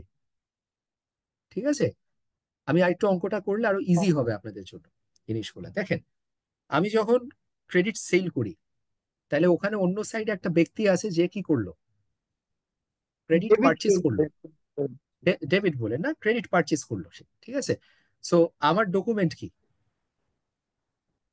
মানে what is my external document, মানে আমার জন্য প্রুফটা কি, যে আমি আমার লেজার করছি, যে আমি তামিদের কাছে ক্রেডিট সেল করেছি, দ্যাট ইজ মাই লেজার, আমার ইন্টারনালি আমার maintain ledger in name of Tahmid who is a customer. ঠিক আছে, রিসিভেবল লেজার একটা। ঠিক আছে, আর প্রুফটা কি, যে তাহমিদের কাছ থেকে কত টাকা বকেয়া বা কত টাকা আছে, সেটা হচ্ছে সাপ্লায়ার স্টেটমেন্ট, যে আমি যে ডকুমেন্টটা ইস্যু করে তাহমিদকে পাঠাচ্ছি, যে তাহমিদ তুমি টাকা ফেরত দাও। ঠিক আছে, এই স্টেটমেন্ট তার ব্যালেন্স সহ যেটা দেয়, সেটা হচ্ছে আমার সাপ্লায়ার স্টেটমেন্ট। ঠিক আছে, এন্ড এই জিনিসটা ইন্টারেস্টিং। এখন যদি আমি তামিদের পয়েন্ট অফ ভিউ থেকে দেখি, সে করেছে কি ক্রেডিট পারচেজ। সো তার কাছ থেকে সে যখন লেজার মেনটেন করে, তার লেজারটা কি, পারচেজ স্টেটমেন্ট। নো, তার লেজার কি, লেজার বলতেছি, তার কথা হচ্ছে purchase ledger, payable ledger, purchase sorry, payable. হ্যাঁ পেয়েবল লেজার হবে আপনার। ঠিক আছে, সো আপনার চোখে আমি কি, আমি হচ্ছি সাপ্লায়ার। ঠিক আছে, সো আমি যখন আপনাকে স্টেটমেন্ট দিচ্ছি, that is the supplier statement, তখন আপনি কি করবেন, আপনার সাপ্লায়ার স্টেটমেন্টের সাথে আপনার লেজারটা মিলায় দেখবেন। ঠিক আছে, যে কোন কোন আইটেম আছে, কোন কোন আইটেম মিসিং। সো আপনাদেরকে যেটা মুজাহিদ যে কোশ্চেনটা করেছে, it's a very important thing that he ask, যে আসলে আগে আমরা যেটা করতাম, যে কন্ট্রোল অ্যাকাউন্টের সাথে লেজারের রিকনসিলিয়েশন করতাম। এবার আপনাদের কাজ কিছুটা কমপ্লেক্স হলো। এবার কি করছেন, যে আপনার লেজার অ্যাকাউন্টের সাথে মুজাহিদ আপনি এখন কি রিকনসাইল করছেন? ইওর পেয়েবল লেজার পিট ইওর মানে রিসিভেবল লেজার, কাকে রিকনসাইল করছেন? আপনার সাপ্লায়ার স্টেটমেন্ট আর কাস্টমার স্টেটমেন্ট রিকনসাইল করছেন, যাতে করে আপনি বুঝতেছেন যে আপনি যাকে ক্রেডিট সেল যেটা করেছেন, ঠিক আছে, আপনার রিসিভেবলস এর সাথে তার যে পেয়েবল আছে সেই দুইটা ম্যাচ করছে কিনা। এন্ড সেটা কি কি কারণে গ্যাপ হয়, ওই সেই চিরচেনা কারণগুলাই রয়ে গেছে আমাদের, ঠিক আছে, যেটা কিনা আপনাদেরকে এখানে বলছি। So has some of your questions been addressed? Sir শেষের দিকে একটু আমার জন্য কমপ্লেক্স হয়ে গেছে। শেষে যে বললেন যে আমরা হচ্ছে এখন মিলাবো আমার রিসিভেবল আর পেয়েবল হচ্ছে ওর দুইটার কি ম্যাচ করছে কিনা। সহজ করে বলি জিহাদ, আপনি যদি ক্রেডিট পারচেজ করেন, ইয়েস ঠিক স্যার। আছে, তাহলে আপনার লেজার অ্যাকাউন্ট কি হবে? ধরেন আমার কাছ থেকে আপনি পারচেজ করেছেন, ক্রেডিট পারচেজ করেছেন কিছু র ম্যাটেরিয়াল, তাহলে পেয়েবল। আপনার বুকসে একটা পেয়েবল অ্যাকাউন্ট হবে, ইয়েস কার স্যার। নামে? আমার নামে হবে, রাইট? Yes sir. ঠিক আছে, তাহলে এই লেজারটা আপনি এখন কার সাথে চেক করবেন? আপনার আমি রিসিভেবলের সাথে। আমার রিসিভেবলের সাথে, কিন্তু আমার রিসিভেবল তো আপনি জানতে পারবেন না, বা আমার বুকস অফ অ্যাকাউন্টসে তো আপনি ঢুকতে পারবেন না, তো only yes way sir. You would know, ঠিক আছে, যে আমি যখন আপনাকে একটা, আমি যেহেতু সেল করেছি, আমি আপনাকে একটা স্টেটমেন্ট দিব, এই স্টেটমেন্টটা আপনার জন্য কি হয়ে থাকবে? ইটস আ সাপ্লায়ার স্টেটমেন্ট, ঠিক আছে, আপনি পারচেজ করেছেন, আমার কাছ থেকে পারচেজ করেছেন, সো আমি যেহেতু গুডস ডেলিভারি দিয়েছি, মানে আপনার চোখে আমি কি জিহাদ? আমার সাপ্লায়ার। সো যে ইয়েস স্যার। স্টেটমেন্ট আপনাকে আমি পাঠাচ্ছি সেটা কি? সাপ্লায়ার স্টেটমেন্ট, ঠিক আছে। তখন ইয়েস আপনি স্যার। সাপ্লায়ার স্টেটমেন্টের সাথে যেটা আমি আপনাকে দিয়েছি সেটার সাথে রিকনসাইল করবেন আপনার পেয়েবল লেজারের ব্যালেন্স কতটুকু আছে, কি আছে, ঠিক আছে। সো এই যে সাপ্লায়ার স্টেটমেন্টটা আমি আপনাকে দিয়েছি, মানে আমার চোখে আপনার পজিশন কি? You are my customer, yes sir. ঠিক আছে। সো আমার যে লেজারটা যেটা করছি সেটা কি লেজার? আপনারটা হচ্ছে রিসিভেবল। ভেরি গুড, ঠিক আছে, এবার কি ক্লিয়ার হলো কিছুটা? Yes sir, clear. That's thank you how sir. You'd be reconciling. এবার আমাকে যেটা বলছি যে রিসিভেবল কন্ট্রোল অ্যাকাউন্ট যেটা আছে, আমি খুব শর্ট এটা বলবো, যেটা কি দেখতে কেমন, কি থাকে, বা রিসিভেবল লেজারে কি থাকবে আপনার। ওকে, প্রথমত তার ওপেনিং ব্যালেন্স থাকতে পারে আপনার, যেটা আমরা জানি যে রিসিভেবলস হচ্ছে একটা অ্যাসেট, এন্ড অ্যাসেটের ওপেনিং ব্যালেন্স কোন দিকে হবে আপনার? হ্যাঁ, ওপেনিং ব্যালেন্স ডেবিট পাশে। ডেবিট সাইডে থাকবে, ভেরি গুড, ঠিক আছে। আমি যদি আপনাকে, ঠিক আছে, ক্রেডিট সাইডেরটাও বলি, এক্সামে দেখলে কেউ ঘাবড়াবেন না, এরকমও হতে পারে যে কখনো আপনার রিসিভেবল ব্যালেন্স হয়তো আপনাকে ক্রেডিট সাইডে দিয়ে দিয়েছে। তো সেটা কেন হয়? আপনি যদি 100 টাকার যদি ক্রেডিট সেল করেন, আর যদি ভুল করে যদি টাকা দেওয়ার সময় যদি ধরেন আপনি 200 টাকা দিয়ে দেন, মানে যদি ক্যাশ রিসিভ যদি বেশি হয়ে যায় কোনো কেসে, মানে ক্রেডিট সেল করেছেন 100 টাকা, কাস্টমার আপনাকে টাকা দিয়ে দিয়েছে ভুল করে, অন্য ব্যক্তি মনে করে আপনাকে 200 টাকা দিয়ে দিল, তাহলে আপনার এই রিসিভেবল কন্ট্রোল অ্যাকাউন্ট কি হবে? আপনার ক্রেডিট ব্যালেন্সের থেকে ডেবিট ব্যালেন্স বেশি হবে, ঠিক আছে। তখন আপনার এরপরের ওপেনিং ব্যালেন্স, সরি, আপনার ডেবিট ব্যালেন্স কম হবে, ক্রেডিট ব্যালেন্স বেশি হবে। সেটা হইলে আপনার ওপেনিং ব্যালেন্স কি হবে এরপর? ক্রেডিটে চলে যাবে। ঠিক আছে, সো দিস ক্যান হ্যাপেন, এখানে আনইউজুয়াল, বাট এটা এমন না যেটা কখনোই হবে না। সো এই জন্য আমি আপনাদেরকে দুটা ব্যালেন্স এখানে দেখাচ্ছি, যে আপনার ওপেনিং ব্যালেন্স ইউজুয়ালি কি হবে? Receivables, it's an asset, it will be a debit balance, number one. Number two, আমি যত ক্রেডিট সেল করি, what is my accounting treatment? Receivable control account debit, আর সেলস হচ্ছে আমার ক্রেডিট। তার মানে আমার অ্যাসেট বাড়ছে যখন আমি সেল করছি, টাকা পাচ্ছি না, রিসিভেবল ক্রিয়েট হচ্ছে, ঠিক আছে। দ্যাটস ওয়াই রিসিভেবল কন্ট্রোল অ্যাকাউন্টে সে কোথায় থাকে? ডেবিট সাইডে থাকে, বা ব্যালেন্সটা প্লাস হয়। ওকে, এইবার রিসিভেবল করেছি, ভালো কথা। রিসিভেবল হলে কি হতে পারে? একটা হচ্ছে কাস্টমারকে আমি আমার সেলারকে গুডস ফেরত পাঠাতে পারি। সো গুডস যখন ফেরত পাঠাই সেটাকে আমরা কি বলি? রিটার্ন। রিটার্ন। যখন আমি, খেয়াল করেন দুইটা পয়েন্ট অফ ভিউ, আমি যখন কিনেছি, আমি যখন ফেরত পাঠাই, ওটা কি হবে? রিটার্ন ইনওয়ার্ডস না outwards? Outward. Good, very good, এটাই আমি দেখতে চাচ্ছিলাম আপনাদের, যে it can confuse you. Second হচ্ছে, আমি যদি কাস্টমারকে সেল করি, কাস্টমার যদি আমাকে ফেরত দেয়, সেটা কি? Return inward. Return return inward. Inwards. এবার আমাকে বলেন, আমি যদি আপনাকে সেল করি 100 টাকার, সেটা আমার রিসিভেবল অ্যাকাউন্টে, কন্ট্রোল অ্যাকাউন্ট বা রিসিভেবল লেজার অ্যাকাউন্টে আমার কোন দিকে বসবে? ডেবিটে। সেল করলে ডেবিট দিকে রাইট। এখন যদি আপনি আমাকে ফেরত পাঠায় দেন, আপনি আমার কাস্টমার, তাহলে আমার কি রিসিভেবল ব্যালেন্স কি কমলো না বাড়লো? কমলো, কমলো। কমে গেল। 8%। কমে গেলে এটা আমার ক্রেডিট ক্রেডিট সাইডে সাইডে বসবে। ক্রেডিট রিটার্ন ইনওয়ার্ডস আমার ব্যালেন্স কমায় দিচ্ছে ক্রেডিট সাইড।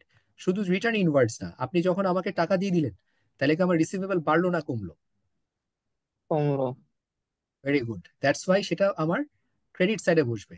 সেম ওয়ে, যদি আপনি টাইমলি পেমেন্ট করে দিলে যে ডিসকাউন্টটা পাবেন, ঠিক আছে, এই ডিসকাউন্ট যে আমি আপনাকে অ্যালাউ করছি, এই ডিসকাউন্টের কারণেও আমার রিসিভেবল কি হচ্ছে, ব্যালেন্স কমে আসছে। ঠিক আছে, তাহলে একটা কথা আমরা দেখতে পারি, যদি ক্রেডিট সেল করি তাহলে আমার রিসিভেবলের ব্যালেন্স বেড়ে যায়, দ্যাটস ওয়াই এটা আমার ডেবিট হয় বা প্লাস হয়। আর যদি রিটার্ন করে দেন আপনি আমাকে গুডস, ঠিক আছে, বা আপনি যদি আমাকে টাকা দিয়ে দেন, বা আপনাকে যদি আমি ডিসকাউন্ট অ্যালাউড করি, এই পরিপ্রেক্ষিতে কি হয়, আপনার রিসিভেবলের ব্যালেন্স ক্রেডিট হবে বা মাইনাস হয়ে যাবে। ঠিক আছে, এই জিনিসগুলো জানা, কারণ আপনাকে যে এক্সামের সামটা আছে আমি একটু পরে দেখাবো, it will help you to understand. আর ডিসঅনার চেক, ঠিক আছে, ডিসঅনার চেক এগুলো এক্সামে কোশ্চেন ব্যাংকে আছে, আমাদের বইতে নাই। ডিসঅনার চেক হইলে কি হয় খেয়াল করেন, খুব মনোযোগ দিয়ে শুনে জিনিসটা। আমি আপনাকে সেল করেছি 100 টাকা, রিসিভেবল কন্ট্রোল অ্যাকাউন্টে কি হলো, ডেবিট, এটা আমার অ্যাসেট। তারপর আপনি আমাকে একটা চেক দিয়েছেন, আপনার চেক পাওয়ার পর আমি কি করলাম, রিসিভেবল কন্ট্রোল অ্যাকাউন্টে তাকে ক্রেডিট করলাম, বিকজ ক্রেডিট আই করলাম। অ্যাজিউম, হ্যাঁ আই অ্যাজিউম যে আপনার ডেট সেটেল হয়ে গেছে। ঠিক আছে, কিন্তু ব্যাংকে জমা দেওয়ার পর যখন দেখছি যে এই টাকাটা আসলে অনার হচ্ছে না, আপনার অ্যাকাউন্টে যথেষ্ট ফান্ড নাই, ঠিক আছে, সো ইন দ্যাট রিগার্ড এই রিসিভেবলটা মানে কি হলো, মানে আপনার সাথে কি আমার দায় মিটে গেছে, আপনি যে চেক দিয়েছেন আমাকে? না, না স্যার। তার মতো নেই। না স্যার। তাহলে তাকে আবার আগের জায়গায় নিয়ে আসতে হবে। ফর দ্যাট আপনি ডিসঅনার চেক যখন পাবেন আপনি কি করবেন, ক্যাশ ক্রেডিট, স্যার ঠিক আছে আবার। স্যার একটা কথা ছিল, ডিজনার চেকটা কি মানে কাস্টমার দেয় নাকি মানে যিনি সেল করছে উনি পাঠাবে আচ্ছা ঠিক আছে, ডিসঅনার চেক না আগে পারচেস স্টোরিটা আগে বলি, সহজ করে দিই। ঠিক আছে, স্টোরিটা চিন্তা করেন যে আমি হচ্ছি সেলার, ঠিক আছে, আপনি হচ্ছেন বায়ার, মানে লিঙ্কটা দেখেন কিভাবে হয়। সো আমি যখন আপনাকে গুডস ক্রেডিটে আমি আপনাকে আমি সেল করেছি, ঠিক আছে, সো আমি যখন সেল করি আমার বুকস অফ অ্যাকাউন্টসে কি হয়, রিসিভেবল ডেবিট, সেলস ক্রেডিট। ঠিক আছে, মানে আমার থেকে আপনার কাছে গুডস গেছে, একটা রিসিভেবল ক্রিয়েট হয়েছে। এখন আপনি আমাকে একটা চেক দিয়েছেন, এই চেকটা দিলে আমি এক্সপেক্ট করি কি, যে আমার রিসিভেবল কমে গেল, তখন আমি কি করি, ক্যাশকে করি ডেবিট আর রিসিভেবলসকে করি ক্রেডিট। এতটুকু কি ক্লিয়ার আপনার ওয়াসিফা? জি স্যার, ঠিক আছে, থ্যাংক ইউ স্যার। তারপর কি হলো, এবার হচ্ছে ইম্পর্টেন্ট পয়েন্ট, এবার হচ্ছে আপনি যে আমাকে চেকটা দিয়েছেন, এটা নিয়ে যখন আমি ব্যাংকে যাচ্ছি, সো ব্যাংকে যখন আমি জমা দিচ্ছি, ঠিক আছে, আপনার চেক আমি ব্যাংকে নিয়ে জমা দিচ্ছি, বাট ব্যাংকে গিয়ে দেখলাম যে এটা চেকটা ব্যাংক অনার করছে না, কারণ অ্যাডিকুয়েট ফান্ডের অভাব আছে। সো ব্যাংক আপনার চেক যদি অনার না করে, তাহলে আমি যে একটু আগে ক্যাশকে ডেবিট করে রিসিভেবলকে ক্রেডিট করেছি, সেই ট্রানজেকশনটা কি ভ্যালিড? না স্যার।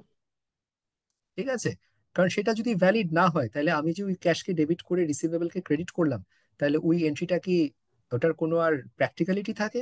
নো। দ্যাটস ওয়াই আমি রিসিভেবলকে এবার করব ক্রেডিট, সরি রিসিভেবল কন্ট্রোল অ্যাকাউন্টকে আবার ডেবিট করব, কারণ ওই রিসিভেবলকে আবার নতুন করে নিয়ে আসতে হবে। ঠিক আছে, ওটা সেটেল হয় নাই। আর ক্যাশ কি আমি পেয়েছি, ক্যাশ পাই নাই, দ্যাটস ওয়াই ক্যাশ এবার আবার ক্রেডিট হয়ে যাবে, ক্রেডিট। ঠিক আছে, ক্যাশকে তো প্রথমে আমি বেশি কনসিডার করেছিলাম, আসলে তো আসেনি টাকা। ঠিক আছে, এটাই। এবার বলেন কনফিউশন বা আপনার কোশ্চেনের সাথে মিলেছে কিনা জিনিসটা। ওকে, আর দুটা জিনিস আছে, এক হচ্ছে গিয়ে ইরিকভারেবল ডেটস। ইরিকভারেবল ডেটস মানে কি, ইরিকভারেবল ডেটস হচ্ছে যে কাস্টমারকে আপনি ক্রেডিট সেল করেছেন, সো তখন আমার কি হয়, রিসিভেবল ডেবিট, সেলস ক্রেডিট, ভালো কথা। কিন্তু ওই কাস্টমার যদি টাকা দেওয়ার অ্যাবিলিটি না থাকে, রিসিভেবলস দুই ভাবে শেষ হয়। একটা হচ্ছে কাস্টমারের কাছ থেকে ক্যাশ পেয়ে শেষ হয়, সো ক্যাশ যখন পাই আমরা রিসিভেবল কন্ট্রোল অ্যাকাউন্টকে তাকে কি করি, ক্রেডিট করি।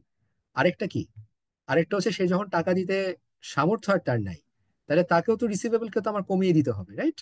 So irrecoverable debt expense debit হয়, ক্রেডিট হয় হচ্ছে receivable control account. So that's why আমি রিসিভেবল দুই ভাবে কমে যায় মেইনলি, যেটা একটা হচ্ছে ক্যাশ পে, এই যে ক্যাশ রিসিভড হলে ক্রেডিট, ঠিক আছে, আরেকটা হচ্ছে এই টাকা যদি আমি কখনো ফেরত না পাই তখন ইরিকভারেবল ডেট, এটা আপনার ক্রেডিট হয় বা যে ব্যালেন্সটা থাকবে তার থেকে আপনার মাইনাস হয়। ওকে। আর রিফান্ড পেইড টু কাস্টমার বলে একটা জিনিস আছে, ঠিক আছে। রিফান্ডটা আসলে কি? আমি যখন ক্রেডিট সেল করেছি, এটা আমার পেয়েবল কন্ট্রোল অ্যাকাউন্টে কি হচ্ছে, রিসিভেবল কন্ট্রোল অ্যাকাউন্টে ডেবিট হচ্ছে। তারপর কাস্টমারের কাছ থেকে যদি টাকা পাই, তাহলে রিসিভেবল কন্ট্রোল অ্যাকাউন্টের ব্যালেন্স কি হবে, কমে যাবে বা নালিফাই হয়ে যাবে। বাট ভুলবশত যদি কাস্টমারের কাছ থেকে 100 টাকা সেল করে আমি যদি তার কাছ থেকে 120 টাকা পেয়ে যাই, তাইলে আমার কি হলো ব্যাপারটা? আমি কি টাকাটা নিয়ে বসে থাকবো? আমার তো কাস্টমারকে এটা ফেরত দিতে হবে। So what is the approach? Cash যখন আমি ফেরত দিই কাস্টমারকে, আবার সে যেহেতু এক্সেস পেমেন্ট করেছে, তাহলে কি হবে, ক্যাশ টাকা দিয়ে দিলে, Credit। ক্যাশ টাকা দিয়ে দিলে কি ডেবিট হওয়া উচিত? Cash Arafat? Cash credit credit হবে স্যার। দিবেন। হ্যাঁ, ক্যাশ ক্রেডিট, ঠিক আছে। আর ডেবিট কে হবে? Receivable receivable control control. Account receivable control account. Debit হবেন। Why is that? বিকজ আমি তো আগে টাকা বেশি পেয়ে ফেলছি, কারণ আমার 100 টাকার সেলস বাবদ আমি ক্যাশ পেয়েছি 120 টাকা।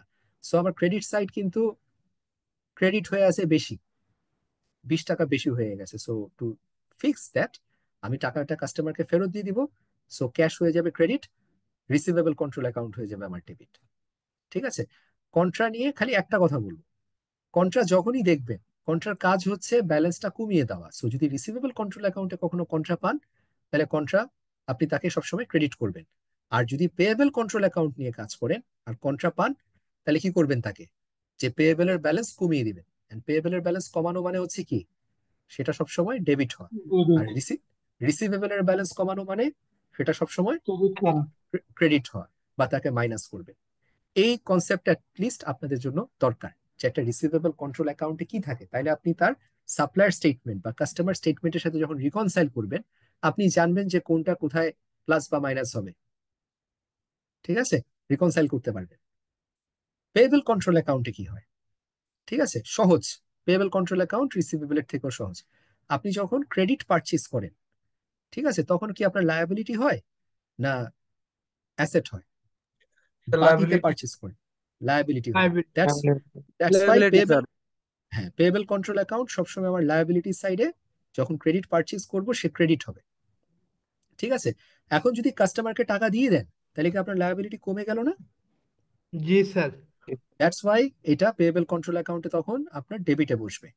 আর যদি আপনি তাড়াতাড়ি সেটেল করার কারণে যদি কোনো ডিসকাউন্টও পেয়ে থাকেন, সেটাও আপনার পেয়েবল কন্ট্রোল অ্যাকাউন্টে ডেবিট সাইডে বসবে। সোজা কথা, আপনি বাকিতে পারচেজ করেছেন, ঠিক আছে, আপনার পেয়েবল কন্ট্রোল অ্যাকাউন্ট হবে ক্রেডিট।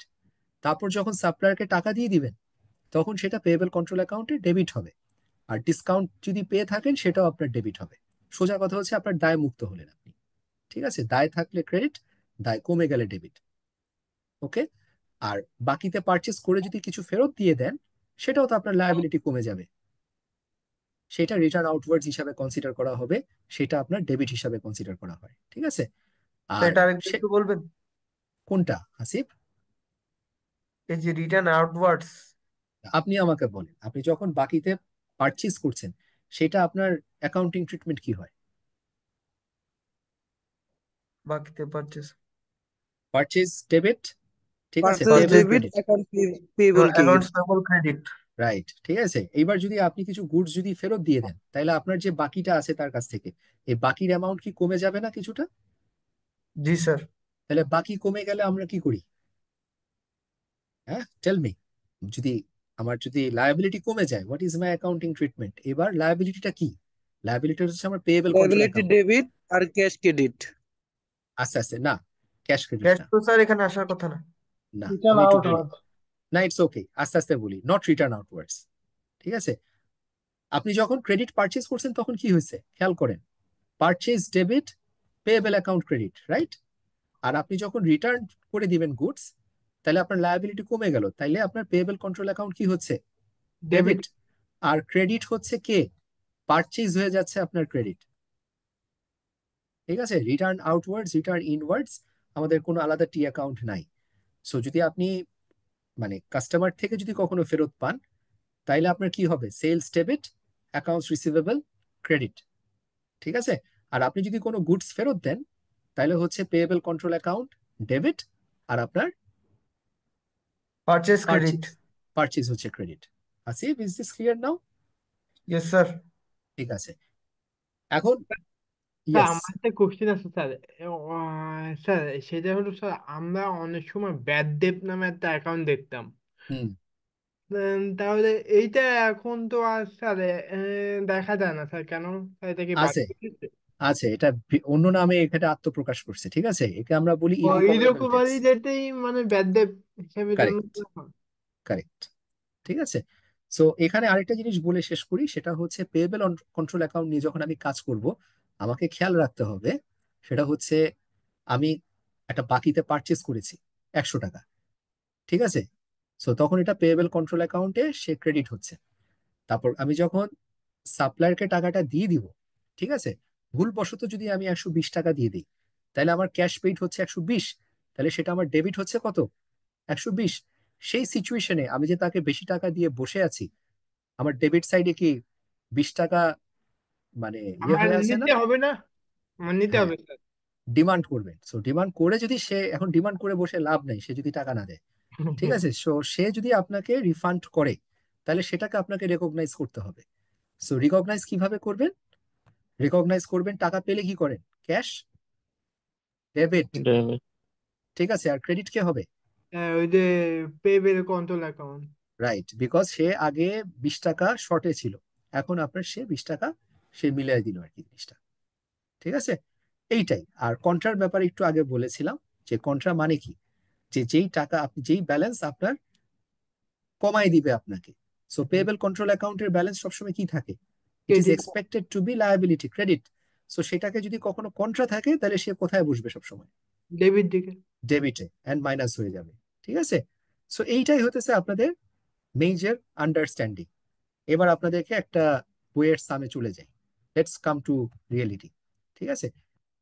এখন এই যে সাপ্লায়ার স্টেটমেন্ট রিকনসিলিয়েশন যেটা আছে, আপনাদেরকে একটা দেখাই, ঠিক আছে, ভালো করে পড়েন জিনিসটা। এরকম জিনিস এক্সামে আছে, পারলে বলবো এক্সামে যা আসে তার থেকে এটা সহজটা আসছে। ওকে, কাজ থাকতে হবে, ঠিক আছে। সাপ্লায়ার স্টেটমেন্ট রিকনসিলিয়েশন, এখানে হচ্ছে যে Violet has received a supplier statement from Z, এতটুকুতে স্টপ করেন। যে ভায়োলেট একটা জেডের কাছ থেকে সাপ্লায়ার স্টেটমেন্ট পাইছে, তাইলে ভায়োলেট আর জেডের ওয়ার্কিং রিলেশনশিপটা কি? ভায়োলেট কি আর জেড কি? এইখানে অনেক আটকায় থাকে না, ঠিক আছে। ভায়োলেটস ভায়োল এর কাস্টমার, হ্যাঁ, ভেরি গুড। আর জেড হচ্ছে আমার সাপ্লায়ার। Supplier, good. সো সাপ্লায়ারই তো স্টেটমেন্ট দেয়, ঠিক আছে, এই জন্য ইয়েস স্যার। জেড ভায়োলেটকে সাপ্লায়ার স্টেটমেন্ট দিয়েছে। সো ভায়োলেট কেন, কি করে বুঝবো যে ভায়োলেট হচ্ছে আমার এখানে কাস্টমার? কারণ সে জেডের কাছ থেকে সাপ্লায়ার স্টেটমেন্ট পেয়েছে। সো সাপ্লায়ার কখন কাউকে সাপ্লায়ার স্টেটমেন্ট দেয়? যখন সে বাকিতে কিছু পারচেস করে। ক্লিয়ার? এই এই রিলেশনশিপটা অনেকে না বুঝে এলোমেলো অঙ্ক করে। That should not happen. Okay, so Violet হচ্ছে আপনার কাস্টমার, কারণ সে বাকিতে পারচেস করেছে কার থেকে? জেড থেকে। জেড হচ্ছে এখানে সাপ্লায়ার। সো জেড আপনার ভায়োলেটকে কি দিবে? Supplier statement. সাপ্লায়ার স্টেটমেন্ট দিয়ে তাকে কি বুঝাতে চায়? যে তোমার কত টাকা বাকি আছে, এইটাই তো, ঠিক আছে। সো আপনি ভায়োলেটের কেসের কথা যদি বলি, ভায়োলেট কি করে? ভায়োলেট যেই লেজারটা করে, ওই লেজারের মধ্যে সে কি রিসিভেবল লেজার করবে না পেয়েবল লেজার করবে? এবং ঠান্ডা মাথায় চিন্তা করে। স্যার ভায়োলেট রিসিভেবল করবে, পেয়েবল করবে, আর সাপ্লায়ার হচ্ছে যে জেড, সে করবে রিসিভেবল। গুড, ঠিক আছে। এই জিনিসটা ডিস্টিংশন গুলা ক্লিয়ার করেন। এখন আমরা একটা সাপ্লায়ার স্টেটমেন্টের দিকে তাকাই, যেটা জেড পাঠাইছে। সো জেডের বইতে ভায়োলেট কি? কাস্টমার না ইয়েস স্যার, আপনার seller? Customer. Customer sir. Very good, excellent, ঠিক আছে। এতটুকু এবার আগাতে পারবেন সহজভাবে। So supplier statement for Violet যেটা জেড পাঠাইছে, তো জেডের বইতে ভায়োলেট হচ্ছে কাস্টমার। সো সে যে তাকে বাকিতে সেল করে, সেটা কি হবে? সেটা সবসময় তার ডেবিট ব্যালেন্স হিসাবে আসবে, কারণ কাস্টমার রিলেটেড রিসিভেবলস, ঠিক আছে। আর ইয়ে যেটা আছে, মানে তার থেকে যদি কখনো রিটার্ন হয়, তাহলে সেটা নেগেটিভ ব্যালেন্স, ঠিক আছে।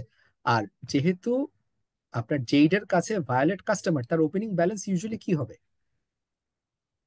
স্যার ডেবিট হবে।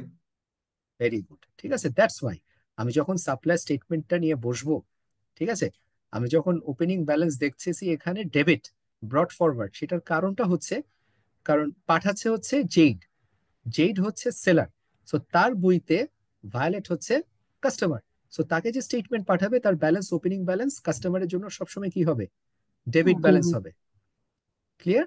এই আন্ডারস্ট্যান্ডিংটা আপনাদের জন্য এক্সট্রিমলি ইম্পর্টেন্ট, আসলে বলার মতো এটা না আর কি।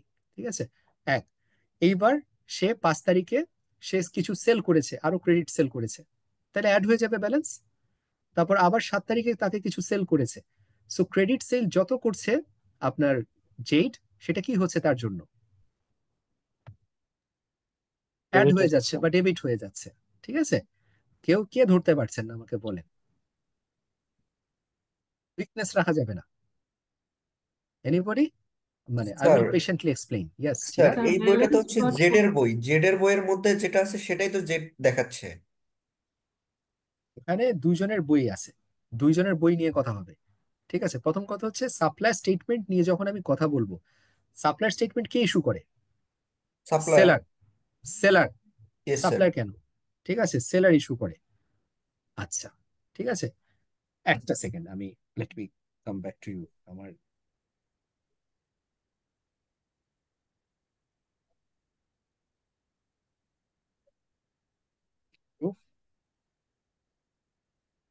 Right, apology.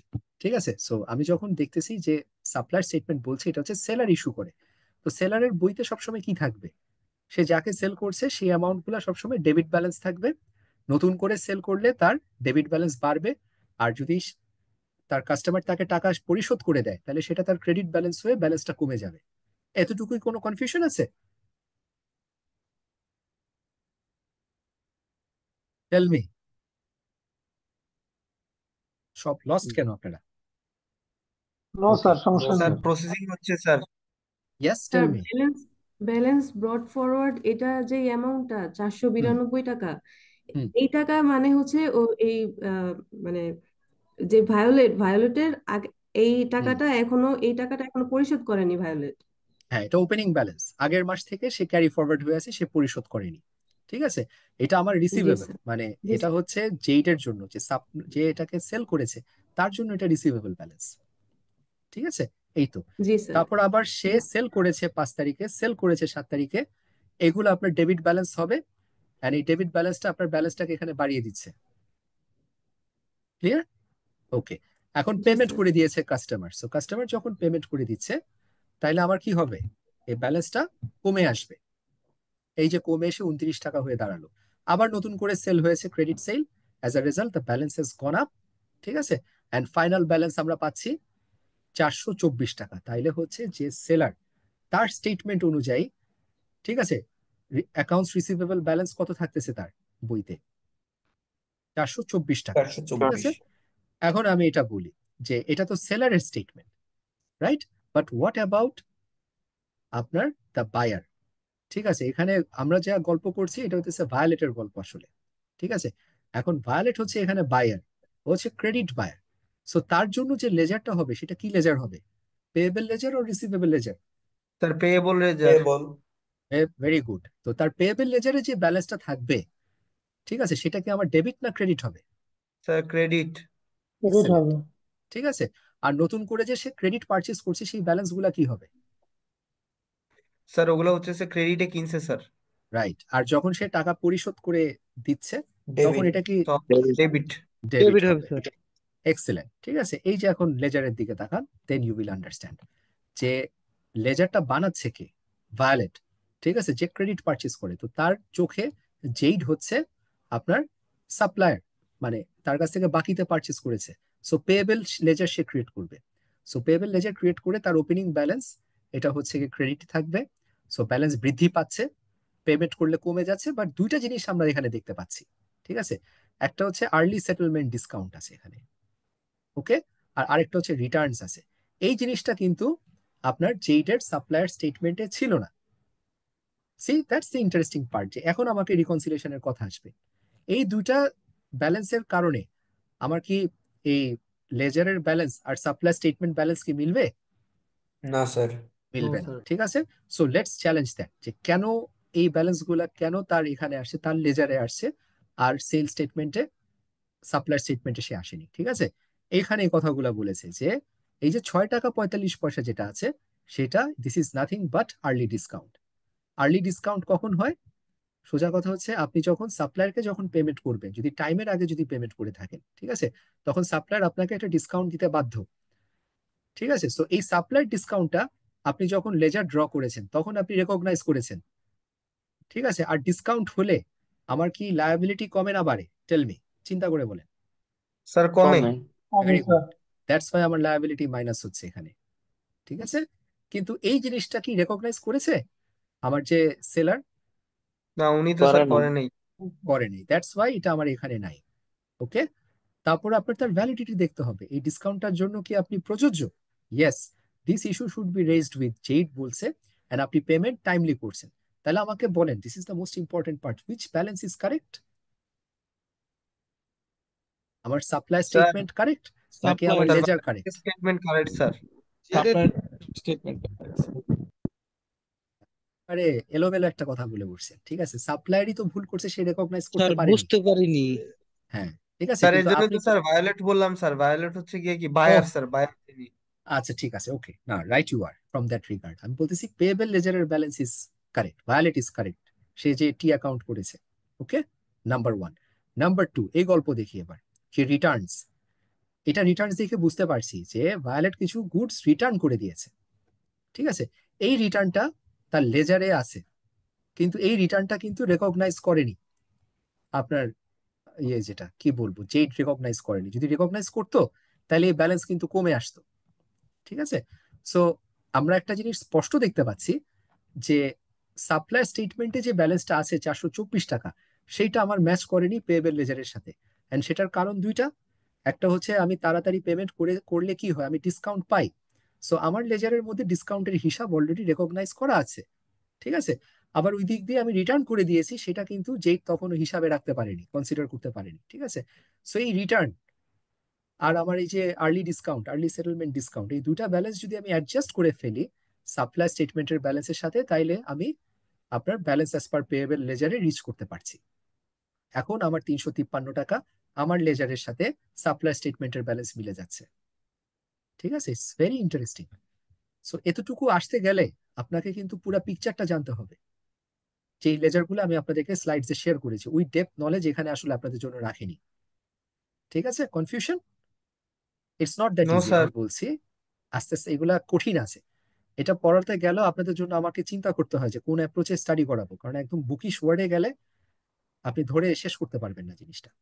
ঠিক আছে, স্যার বই পড়লে তো স্যার অনেক কিছু বুঝিও না, সমস্যা হ্যাঁ, তো এই জায়গায়। এটা এটা চ্যালেঞ্জ, এটা আমাদের জন্য একটা বড় চ্যালেঞ্জ, কারণ বইটা শর্ট করতে গিয়ে অনেক কনসেপ্ট বাদ দিয়ে দিয়েছে। আর আমি বলবো যে যারা সায়েন্স ব্যাকগ্রাউন্ড বা অন্য ব্যাকগ্রাউন্ড, তাদের জন্য আরো ডিফিকাল্ট হয়ে গেছে জিনিসটা। ঠিক আছে, so let's come back to bank reconciliation, the second part of chapter 6। আমি এখানে কিছু স্টার্ট করে আজকে আপনাদেরকে ক্লোজ করে দিব। আজকে আমার একটা মানে ইনলস এর মানে I have a programme, so I have to close today. ঠিক আছে, আই আই উইশ আমি আজকে ক্লাসে নিয়ে নিতে পারতাম আপনাদের, তাহলে আমি ব্যাংক রিকনসিলিয়েশনও থরোভাবে শেষ করতে পারতাম। ওকে, আর কোথাও জি স্যার, আজকে আবার 8:30 থেকে স্যার ল ক্লাস দিয়ে দিছি এই জন্য। না, that is down to me, আমি বলছি আজকে এটা করার জন্য। ঠিক আছে, ওকে, সো ব্যাংক তো রিকনসিলিয়েশন যেটা, ব্যাংক রিকনসিলিয়েশনে একটা জিনিস আমি আপনাদেরকে বলি যে বইয়ের সাথে কি চেঞ্জ হয়েছে আগের সিলেবাসের সাথে এখনের সিলেবাসে। আপনাকে bank reconciliation concept has remain the same, খালি একটা জিনিস আপনাকে বলেছে যে প্র্যাকটিক্যালিটিটা। যেমন আমরা আগে কি করতাম, যে ক্যাশবুক স্টেটমেন্ট যেটা আমরা বানাই, হাতে হাতে বানাই বসে বসে। ঠিক আছে, সো মান্থ এন্ডে ক্যাশবুকের যে ব্যালেন্স থাকে, আমরা তো এক্সপেক্ট করি যে ব্যাংক স্টেটমেন্টের যে ব্যালেন্স আছে সেটা তো মিলে যাওয়া উচিত, তাই তো? সো ব্যাংকে যত টাকা জমা পড়ছে সেটাই তো ক্যাশবুকে কি করার উচিত, আপনার ডেবিট হওয়ার কথা। আর আপনি যেটা পেমেন্ট করেছেন সেটাই তো আপনার ব্যাংক স্টেটমেন্টে থাকার কথা। এটাই তো আমাদের এক্সপেক্টেড, বাট আদতে খুব কম সংখ্যক সময় এই ক্যাশবুকের টোটাল ব্যালেন্স আর ব্যাংক স্টেটমেন্টের টোটাল ব্যালেন্স আপনার মিলে। অ্যান্ড সেটার অনেকগুলো প্র্যাকটিক্যাল রিজনস আছে। একটা হতে পারে যে আমি ক্যাশ পেয়েছি কিন্তু সেটাকে আমি মানে ক্যাশ পেয়েছি কিন্তু ব্যাংকে এখনো আমি এটা জমা দিইনি, সরি, চেক পেয়েছি, চেকটা এখনো জমা দিইনি, তাহলে আমার ক্যাশ বুকে ডেবিট হয়েছে, ব্যাংক স্টেটমেন্ট এটা এখনো ক্রেডিট হয়নি। ঠিক আছে, আরেকটা কেস হতে পারে যে আমি পেমেন্ট করেছি কোনো সাপ্লায়ারকে, কিন্তু সেই সাপ্লায়ার ওই চেকটা নিয়ে এখনো ব্যাংকে জমা দেয়নি। সো সেই সিচুয়েশন গুলাতে যেটা হয় যে আমি পেমেন্ট করেছি, ইয়েস, ক্যাশ বুকে তাকে ক্রেডিট করেছি, ইয়েস, বাট এখন যেহেতু ব্যাংকে সে জমা দেয়নি, তাহলে আমার ব্যাংক স্টেটমেন্টে কি ওটা ডেবিট হয়েছে? হয়নি। ঠিক আছে। সো এটাকে আমরা বলি টাইমিং ডিফারেন্সের কারণে, যে আমি চেক পেয়েছি বা দিয়েছি, বাট ব্যাংকে জমা না দেওয়ার কারণে আমার ক্যাশ বুক আমি আপডেট করেছি, বাট এখনো bank statement is not updated. So this is the number one reason. হবেই আপনার cash book and bank statement আপনার গ্যাপ থাকবে। সেকেন্ড অফ অল, আমি যদি ভুল করি ক্যাশ মানে ক্যাশ বুকে কোনো রেকর্ড করার জন্য, তাহলে আমার ক্যাশ বুকের যে ফাইনাল ব্যালেন্সটা থাকে সেটা ব্যাংকের সাথে মিসম্যাচ হতে পারে। আর খুব রেয়ারলি যেটা হয় যে ব্যাংকও ভুল করে। সো ব্যাংকও যদি তার স্টেটমেন্টে ডেবিট ক্রেডিট যদি ভুল করে, তাহলে আপনার ক্যাশ বুক ব্যালেন্সের সাথে সেটা মিলবে না। ঠিক আছে। So two situations can happen. এই সব সিচুয়েশনের কারণে আপনার cash book balance and bank স্টেটমেন্টের ব্যালেন্স মিসম্যাচ থাকতে পারে। ঠিক আছে। সো এই কথাটা আপনাদেরকে দিবা সত্যর মতো এটা মাথায় ধরায় দেওয়াটা হচ্ছে গিয়ে প্রথম কাজ। ওকে। নাম্বার টু, নাম্বার টু হচ্ছে যে এখন গ্যাপ আছে, ভালো কথা, আমি কি গ্যাপ নিয়ে বসে থাকবো? Because cash is the most important balance in my trial balance or my financial statement. তাহলে ক্যাশের ব্যালেন্সের ব্যাপারে আমাকে কন্ট্রোল রাখতে হবে, আমাকে থরো হতে হবে। তাহলে যে ব্যালেন্সটা নিয়ে আমি আগাচ্ছি, সেই ব্যালেন্সটা আমাকে জানতে হবে যে this is clear and correct. So cash বুকের কোন ব্যালেন্সটা নিব, আমি ব্যাংক স্টেটমেন্টেরটা নিব না ক্যাশ বুকের ব্যালেন্স নিব? Tell me, this is an important question. Bank statement sir. ও, 100% রং। আমরা সবসময় ক্যাশ বুকের ব্যালেন্স নিব, sir because cash book is part of my double entry accounting system. আমি তো লেজার দিয়ে সব কাজ করি। ঠিক আছে। এন্ড যেটা বলছেন, আমি আপনাকে জিনিসটা বলি যে ব্যাংক স্টেটমেন্ট কারেক্ট হওয়ার চান্স বেশি থাকে, কিন্তু তারপর আমি নিব cash book, because cash book is my book of original entry. Cash book is my nominal ledger, nominal ledger থেকে আমি ব্যালেন্স, আমি ট্রায়াল ব্যালেন্স আপডেট করি। ঠিক আছে। সো যদি ভুল বেশি থেকে যায়, তাহলে আমি কি ভুল নিয়ে বসে থাকবো?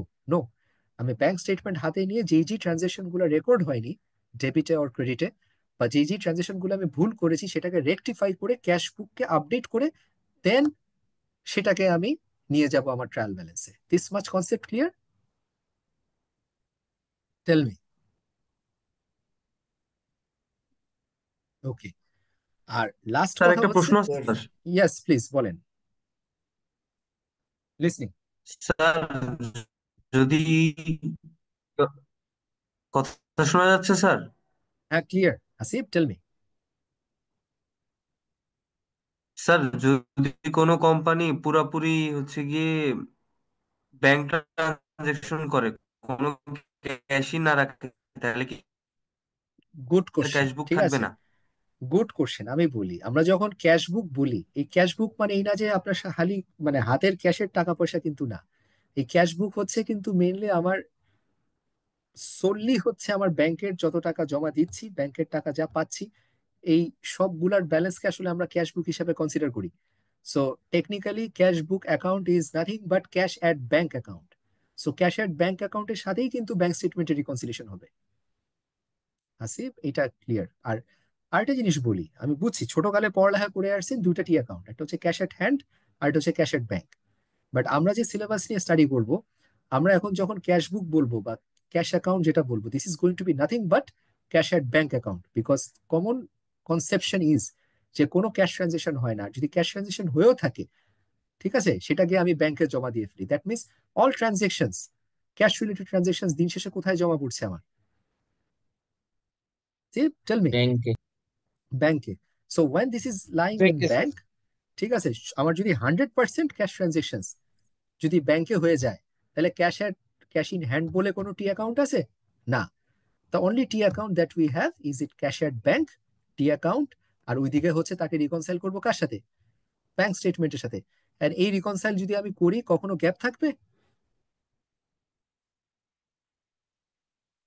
No lost. স্যার। ঠিক আছে। আসসালামু আলাইকুম স্বামী। জি, ওয়ালাইকুম আসসালাম। আমি আসলাম যে আমি ক্লাস নিচ্ছে একটু ঢুকছিলাম যে এক জায়গায় আর কি। তো আমি একটু বলি, আমার কথা শোনা যায়? My dear student, attention please. জি। জি স্যার, শোনা যাচ্ছে। জি স্যার। Okay sir. জি স্যার শোনা আমি যাচ্ছে। ভালোই বলছি, থ্যাংক ইউ। সেটা হলো যে আই অলসো সেন্ট, মানে আমি পাঠিয়েছিলাম, হ্যাঁ, এই special mail for your information that today one session of our classes, your, I think, very favorite teacher, our the best resource, Mr. Mohammad Gaus Hamdani FC. Okay, one session. কটা থেকে 7টা থেকে 8:30 due to some urgency. পরের সেশনটা বাদল চন্দ্র Rajbanshi business ল। তো এটা এইভাবে একটু ইয়ে করে নেই। আর ক্লাস দুটো হলো, আর next day as usual Fridays upcoming class will be conducted by your respected teacher and our topmost resource, Mohammad Gaus Hamdani FC. And a message twice, both of you, যে 9টার সময় ধীরে সুস্থে নামাজ কালাম প্রার্থনা একটু ব্রেক নিয়ে বাদল চন্দ্র রাজবংশীর অভিমুখে আমরা ওই স্যারের ক্লাসের দিকে যাব।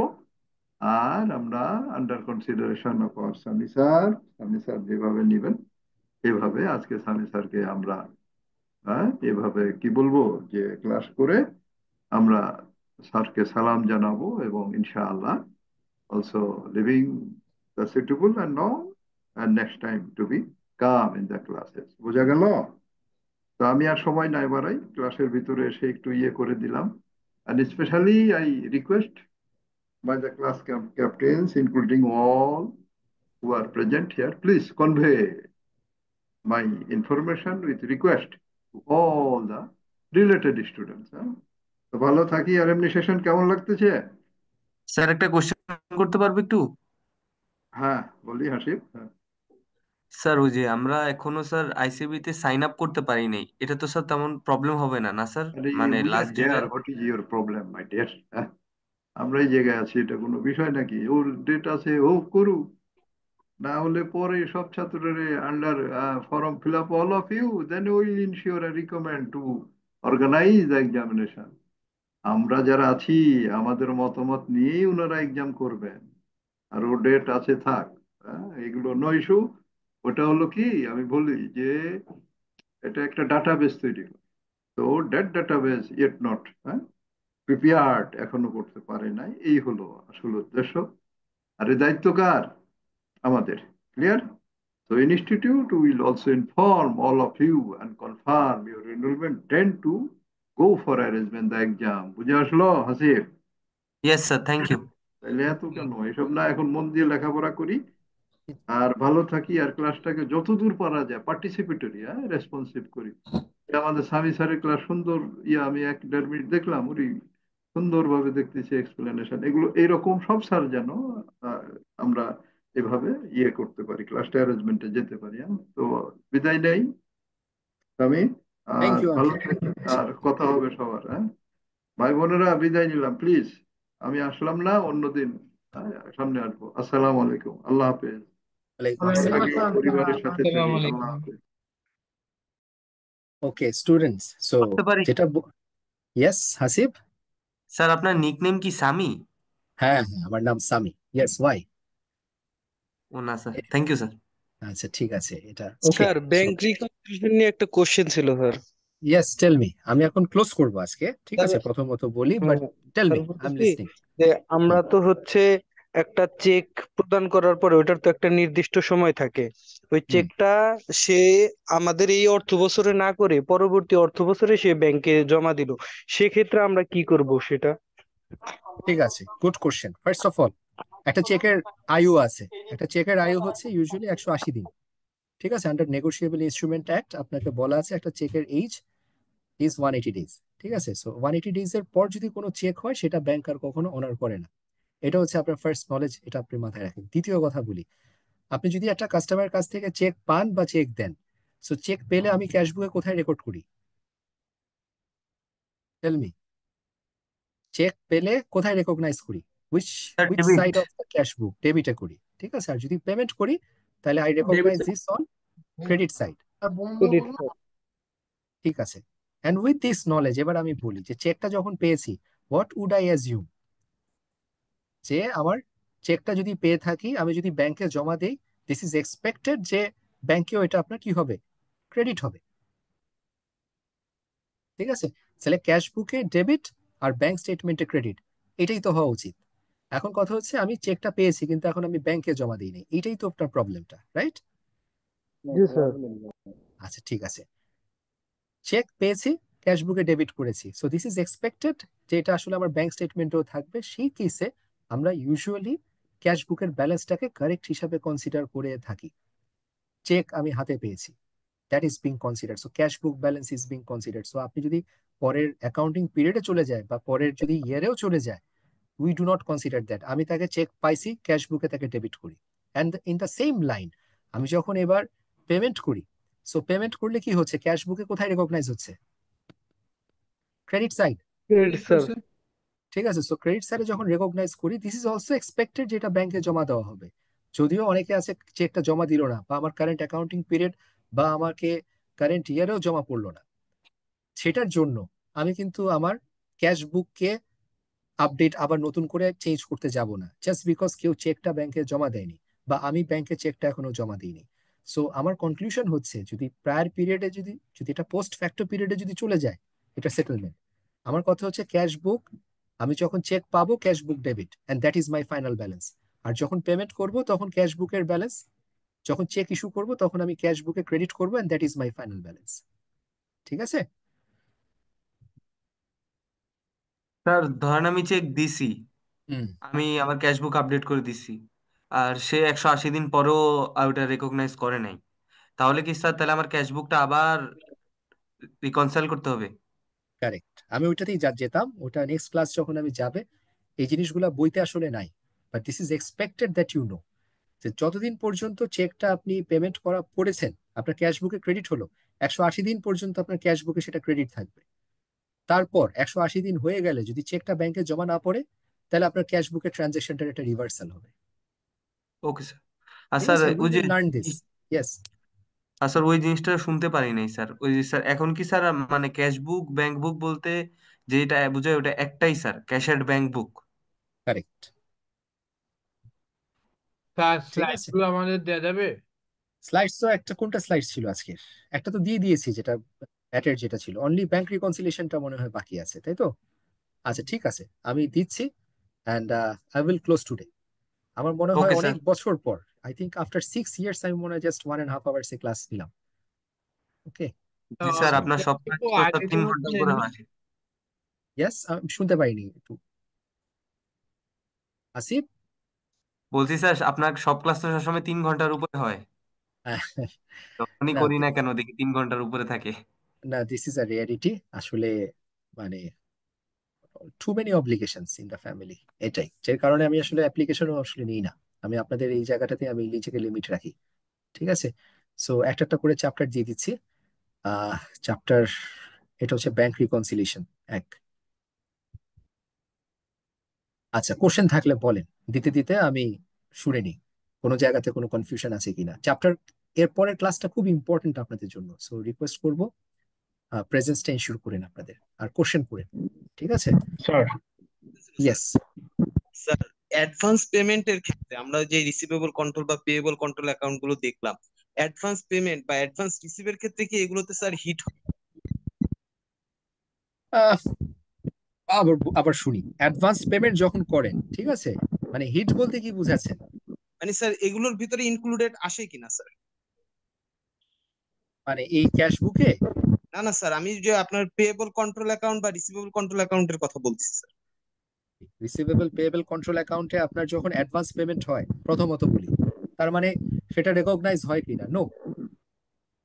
ঠিক আছে, আপনার অ্যাডভান্স পেমেন্ট কাকে করতেছেন? আপনার কোনো সাপ্লায়ারকে করে দিতেছেন, জি স্যার। সেটা আমার এখানে রেকগনাইজ হয় না। ঠিক আছে, এগুলো পোস্ট ফ্যাক্টর ডেটে। সবসময় মনে রাখবেন যে ক্রেডিট আপনার পারচেজ হয়েছে, তারপর যেটা আপনি পেমেন্ট করতেছেন। And it's a good question you asked, এটা মনে হয় আমাকে লাস্ট 3 ইয়ার্স আগে কেউ কোশ্চেন করছিল। ঠিক আছে, এইটা।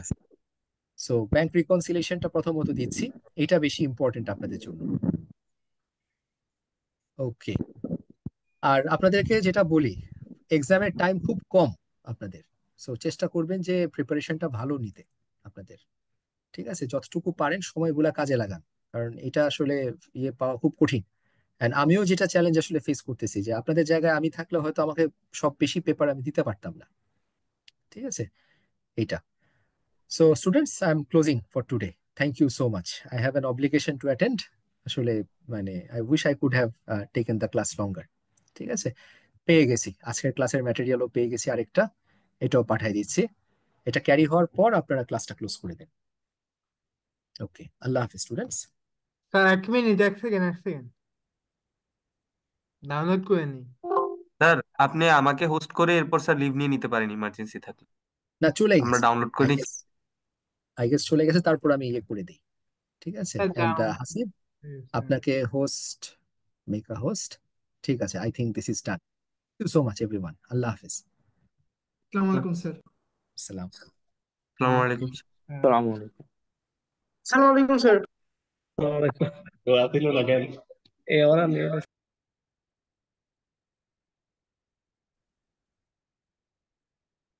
ভাই বন্ধ কর, নাহলে কিন্তু রেকর্ডিং কিন্তু অনেকক্ষণ ধরে চলতে থাকবে।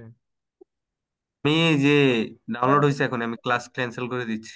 শুনেন, যতক্ষণ পর্যন্ত ক্লাস লিভ হোস্ট চেঞ্জ হইলে নতুন করে রেকর্ডিং ওপেন না করলে রেকর্ডিং হয় না, বুঝতে পারছেন? ও আচ্ছা, আচ্ছা, আপনারা ওকে। ডাউনলোড করবেন? হ্যাঁ হ্যালো, আপু, ডাউনলোড তো কি করছি, আপু ডাউনলোড ডাউনলোড তো করছি। তাহলে একটু গ্রুপে দিয়ে দেন ভাইয়া। ওকে, আমি দিয়ে দিচ্ছি এখনই আপু। ওকে ভাইয়া, আল্লাহ হাফেজ। আল্লাহ হাফিজ।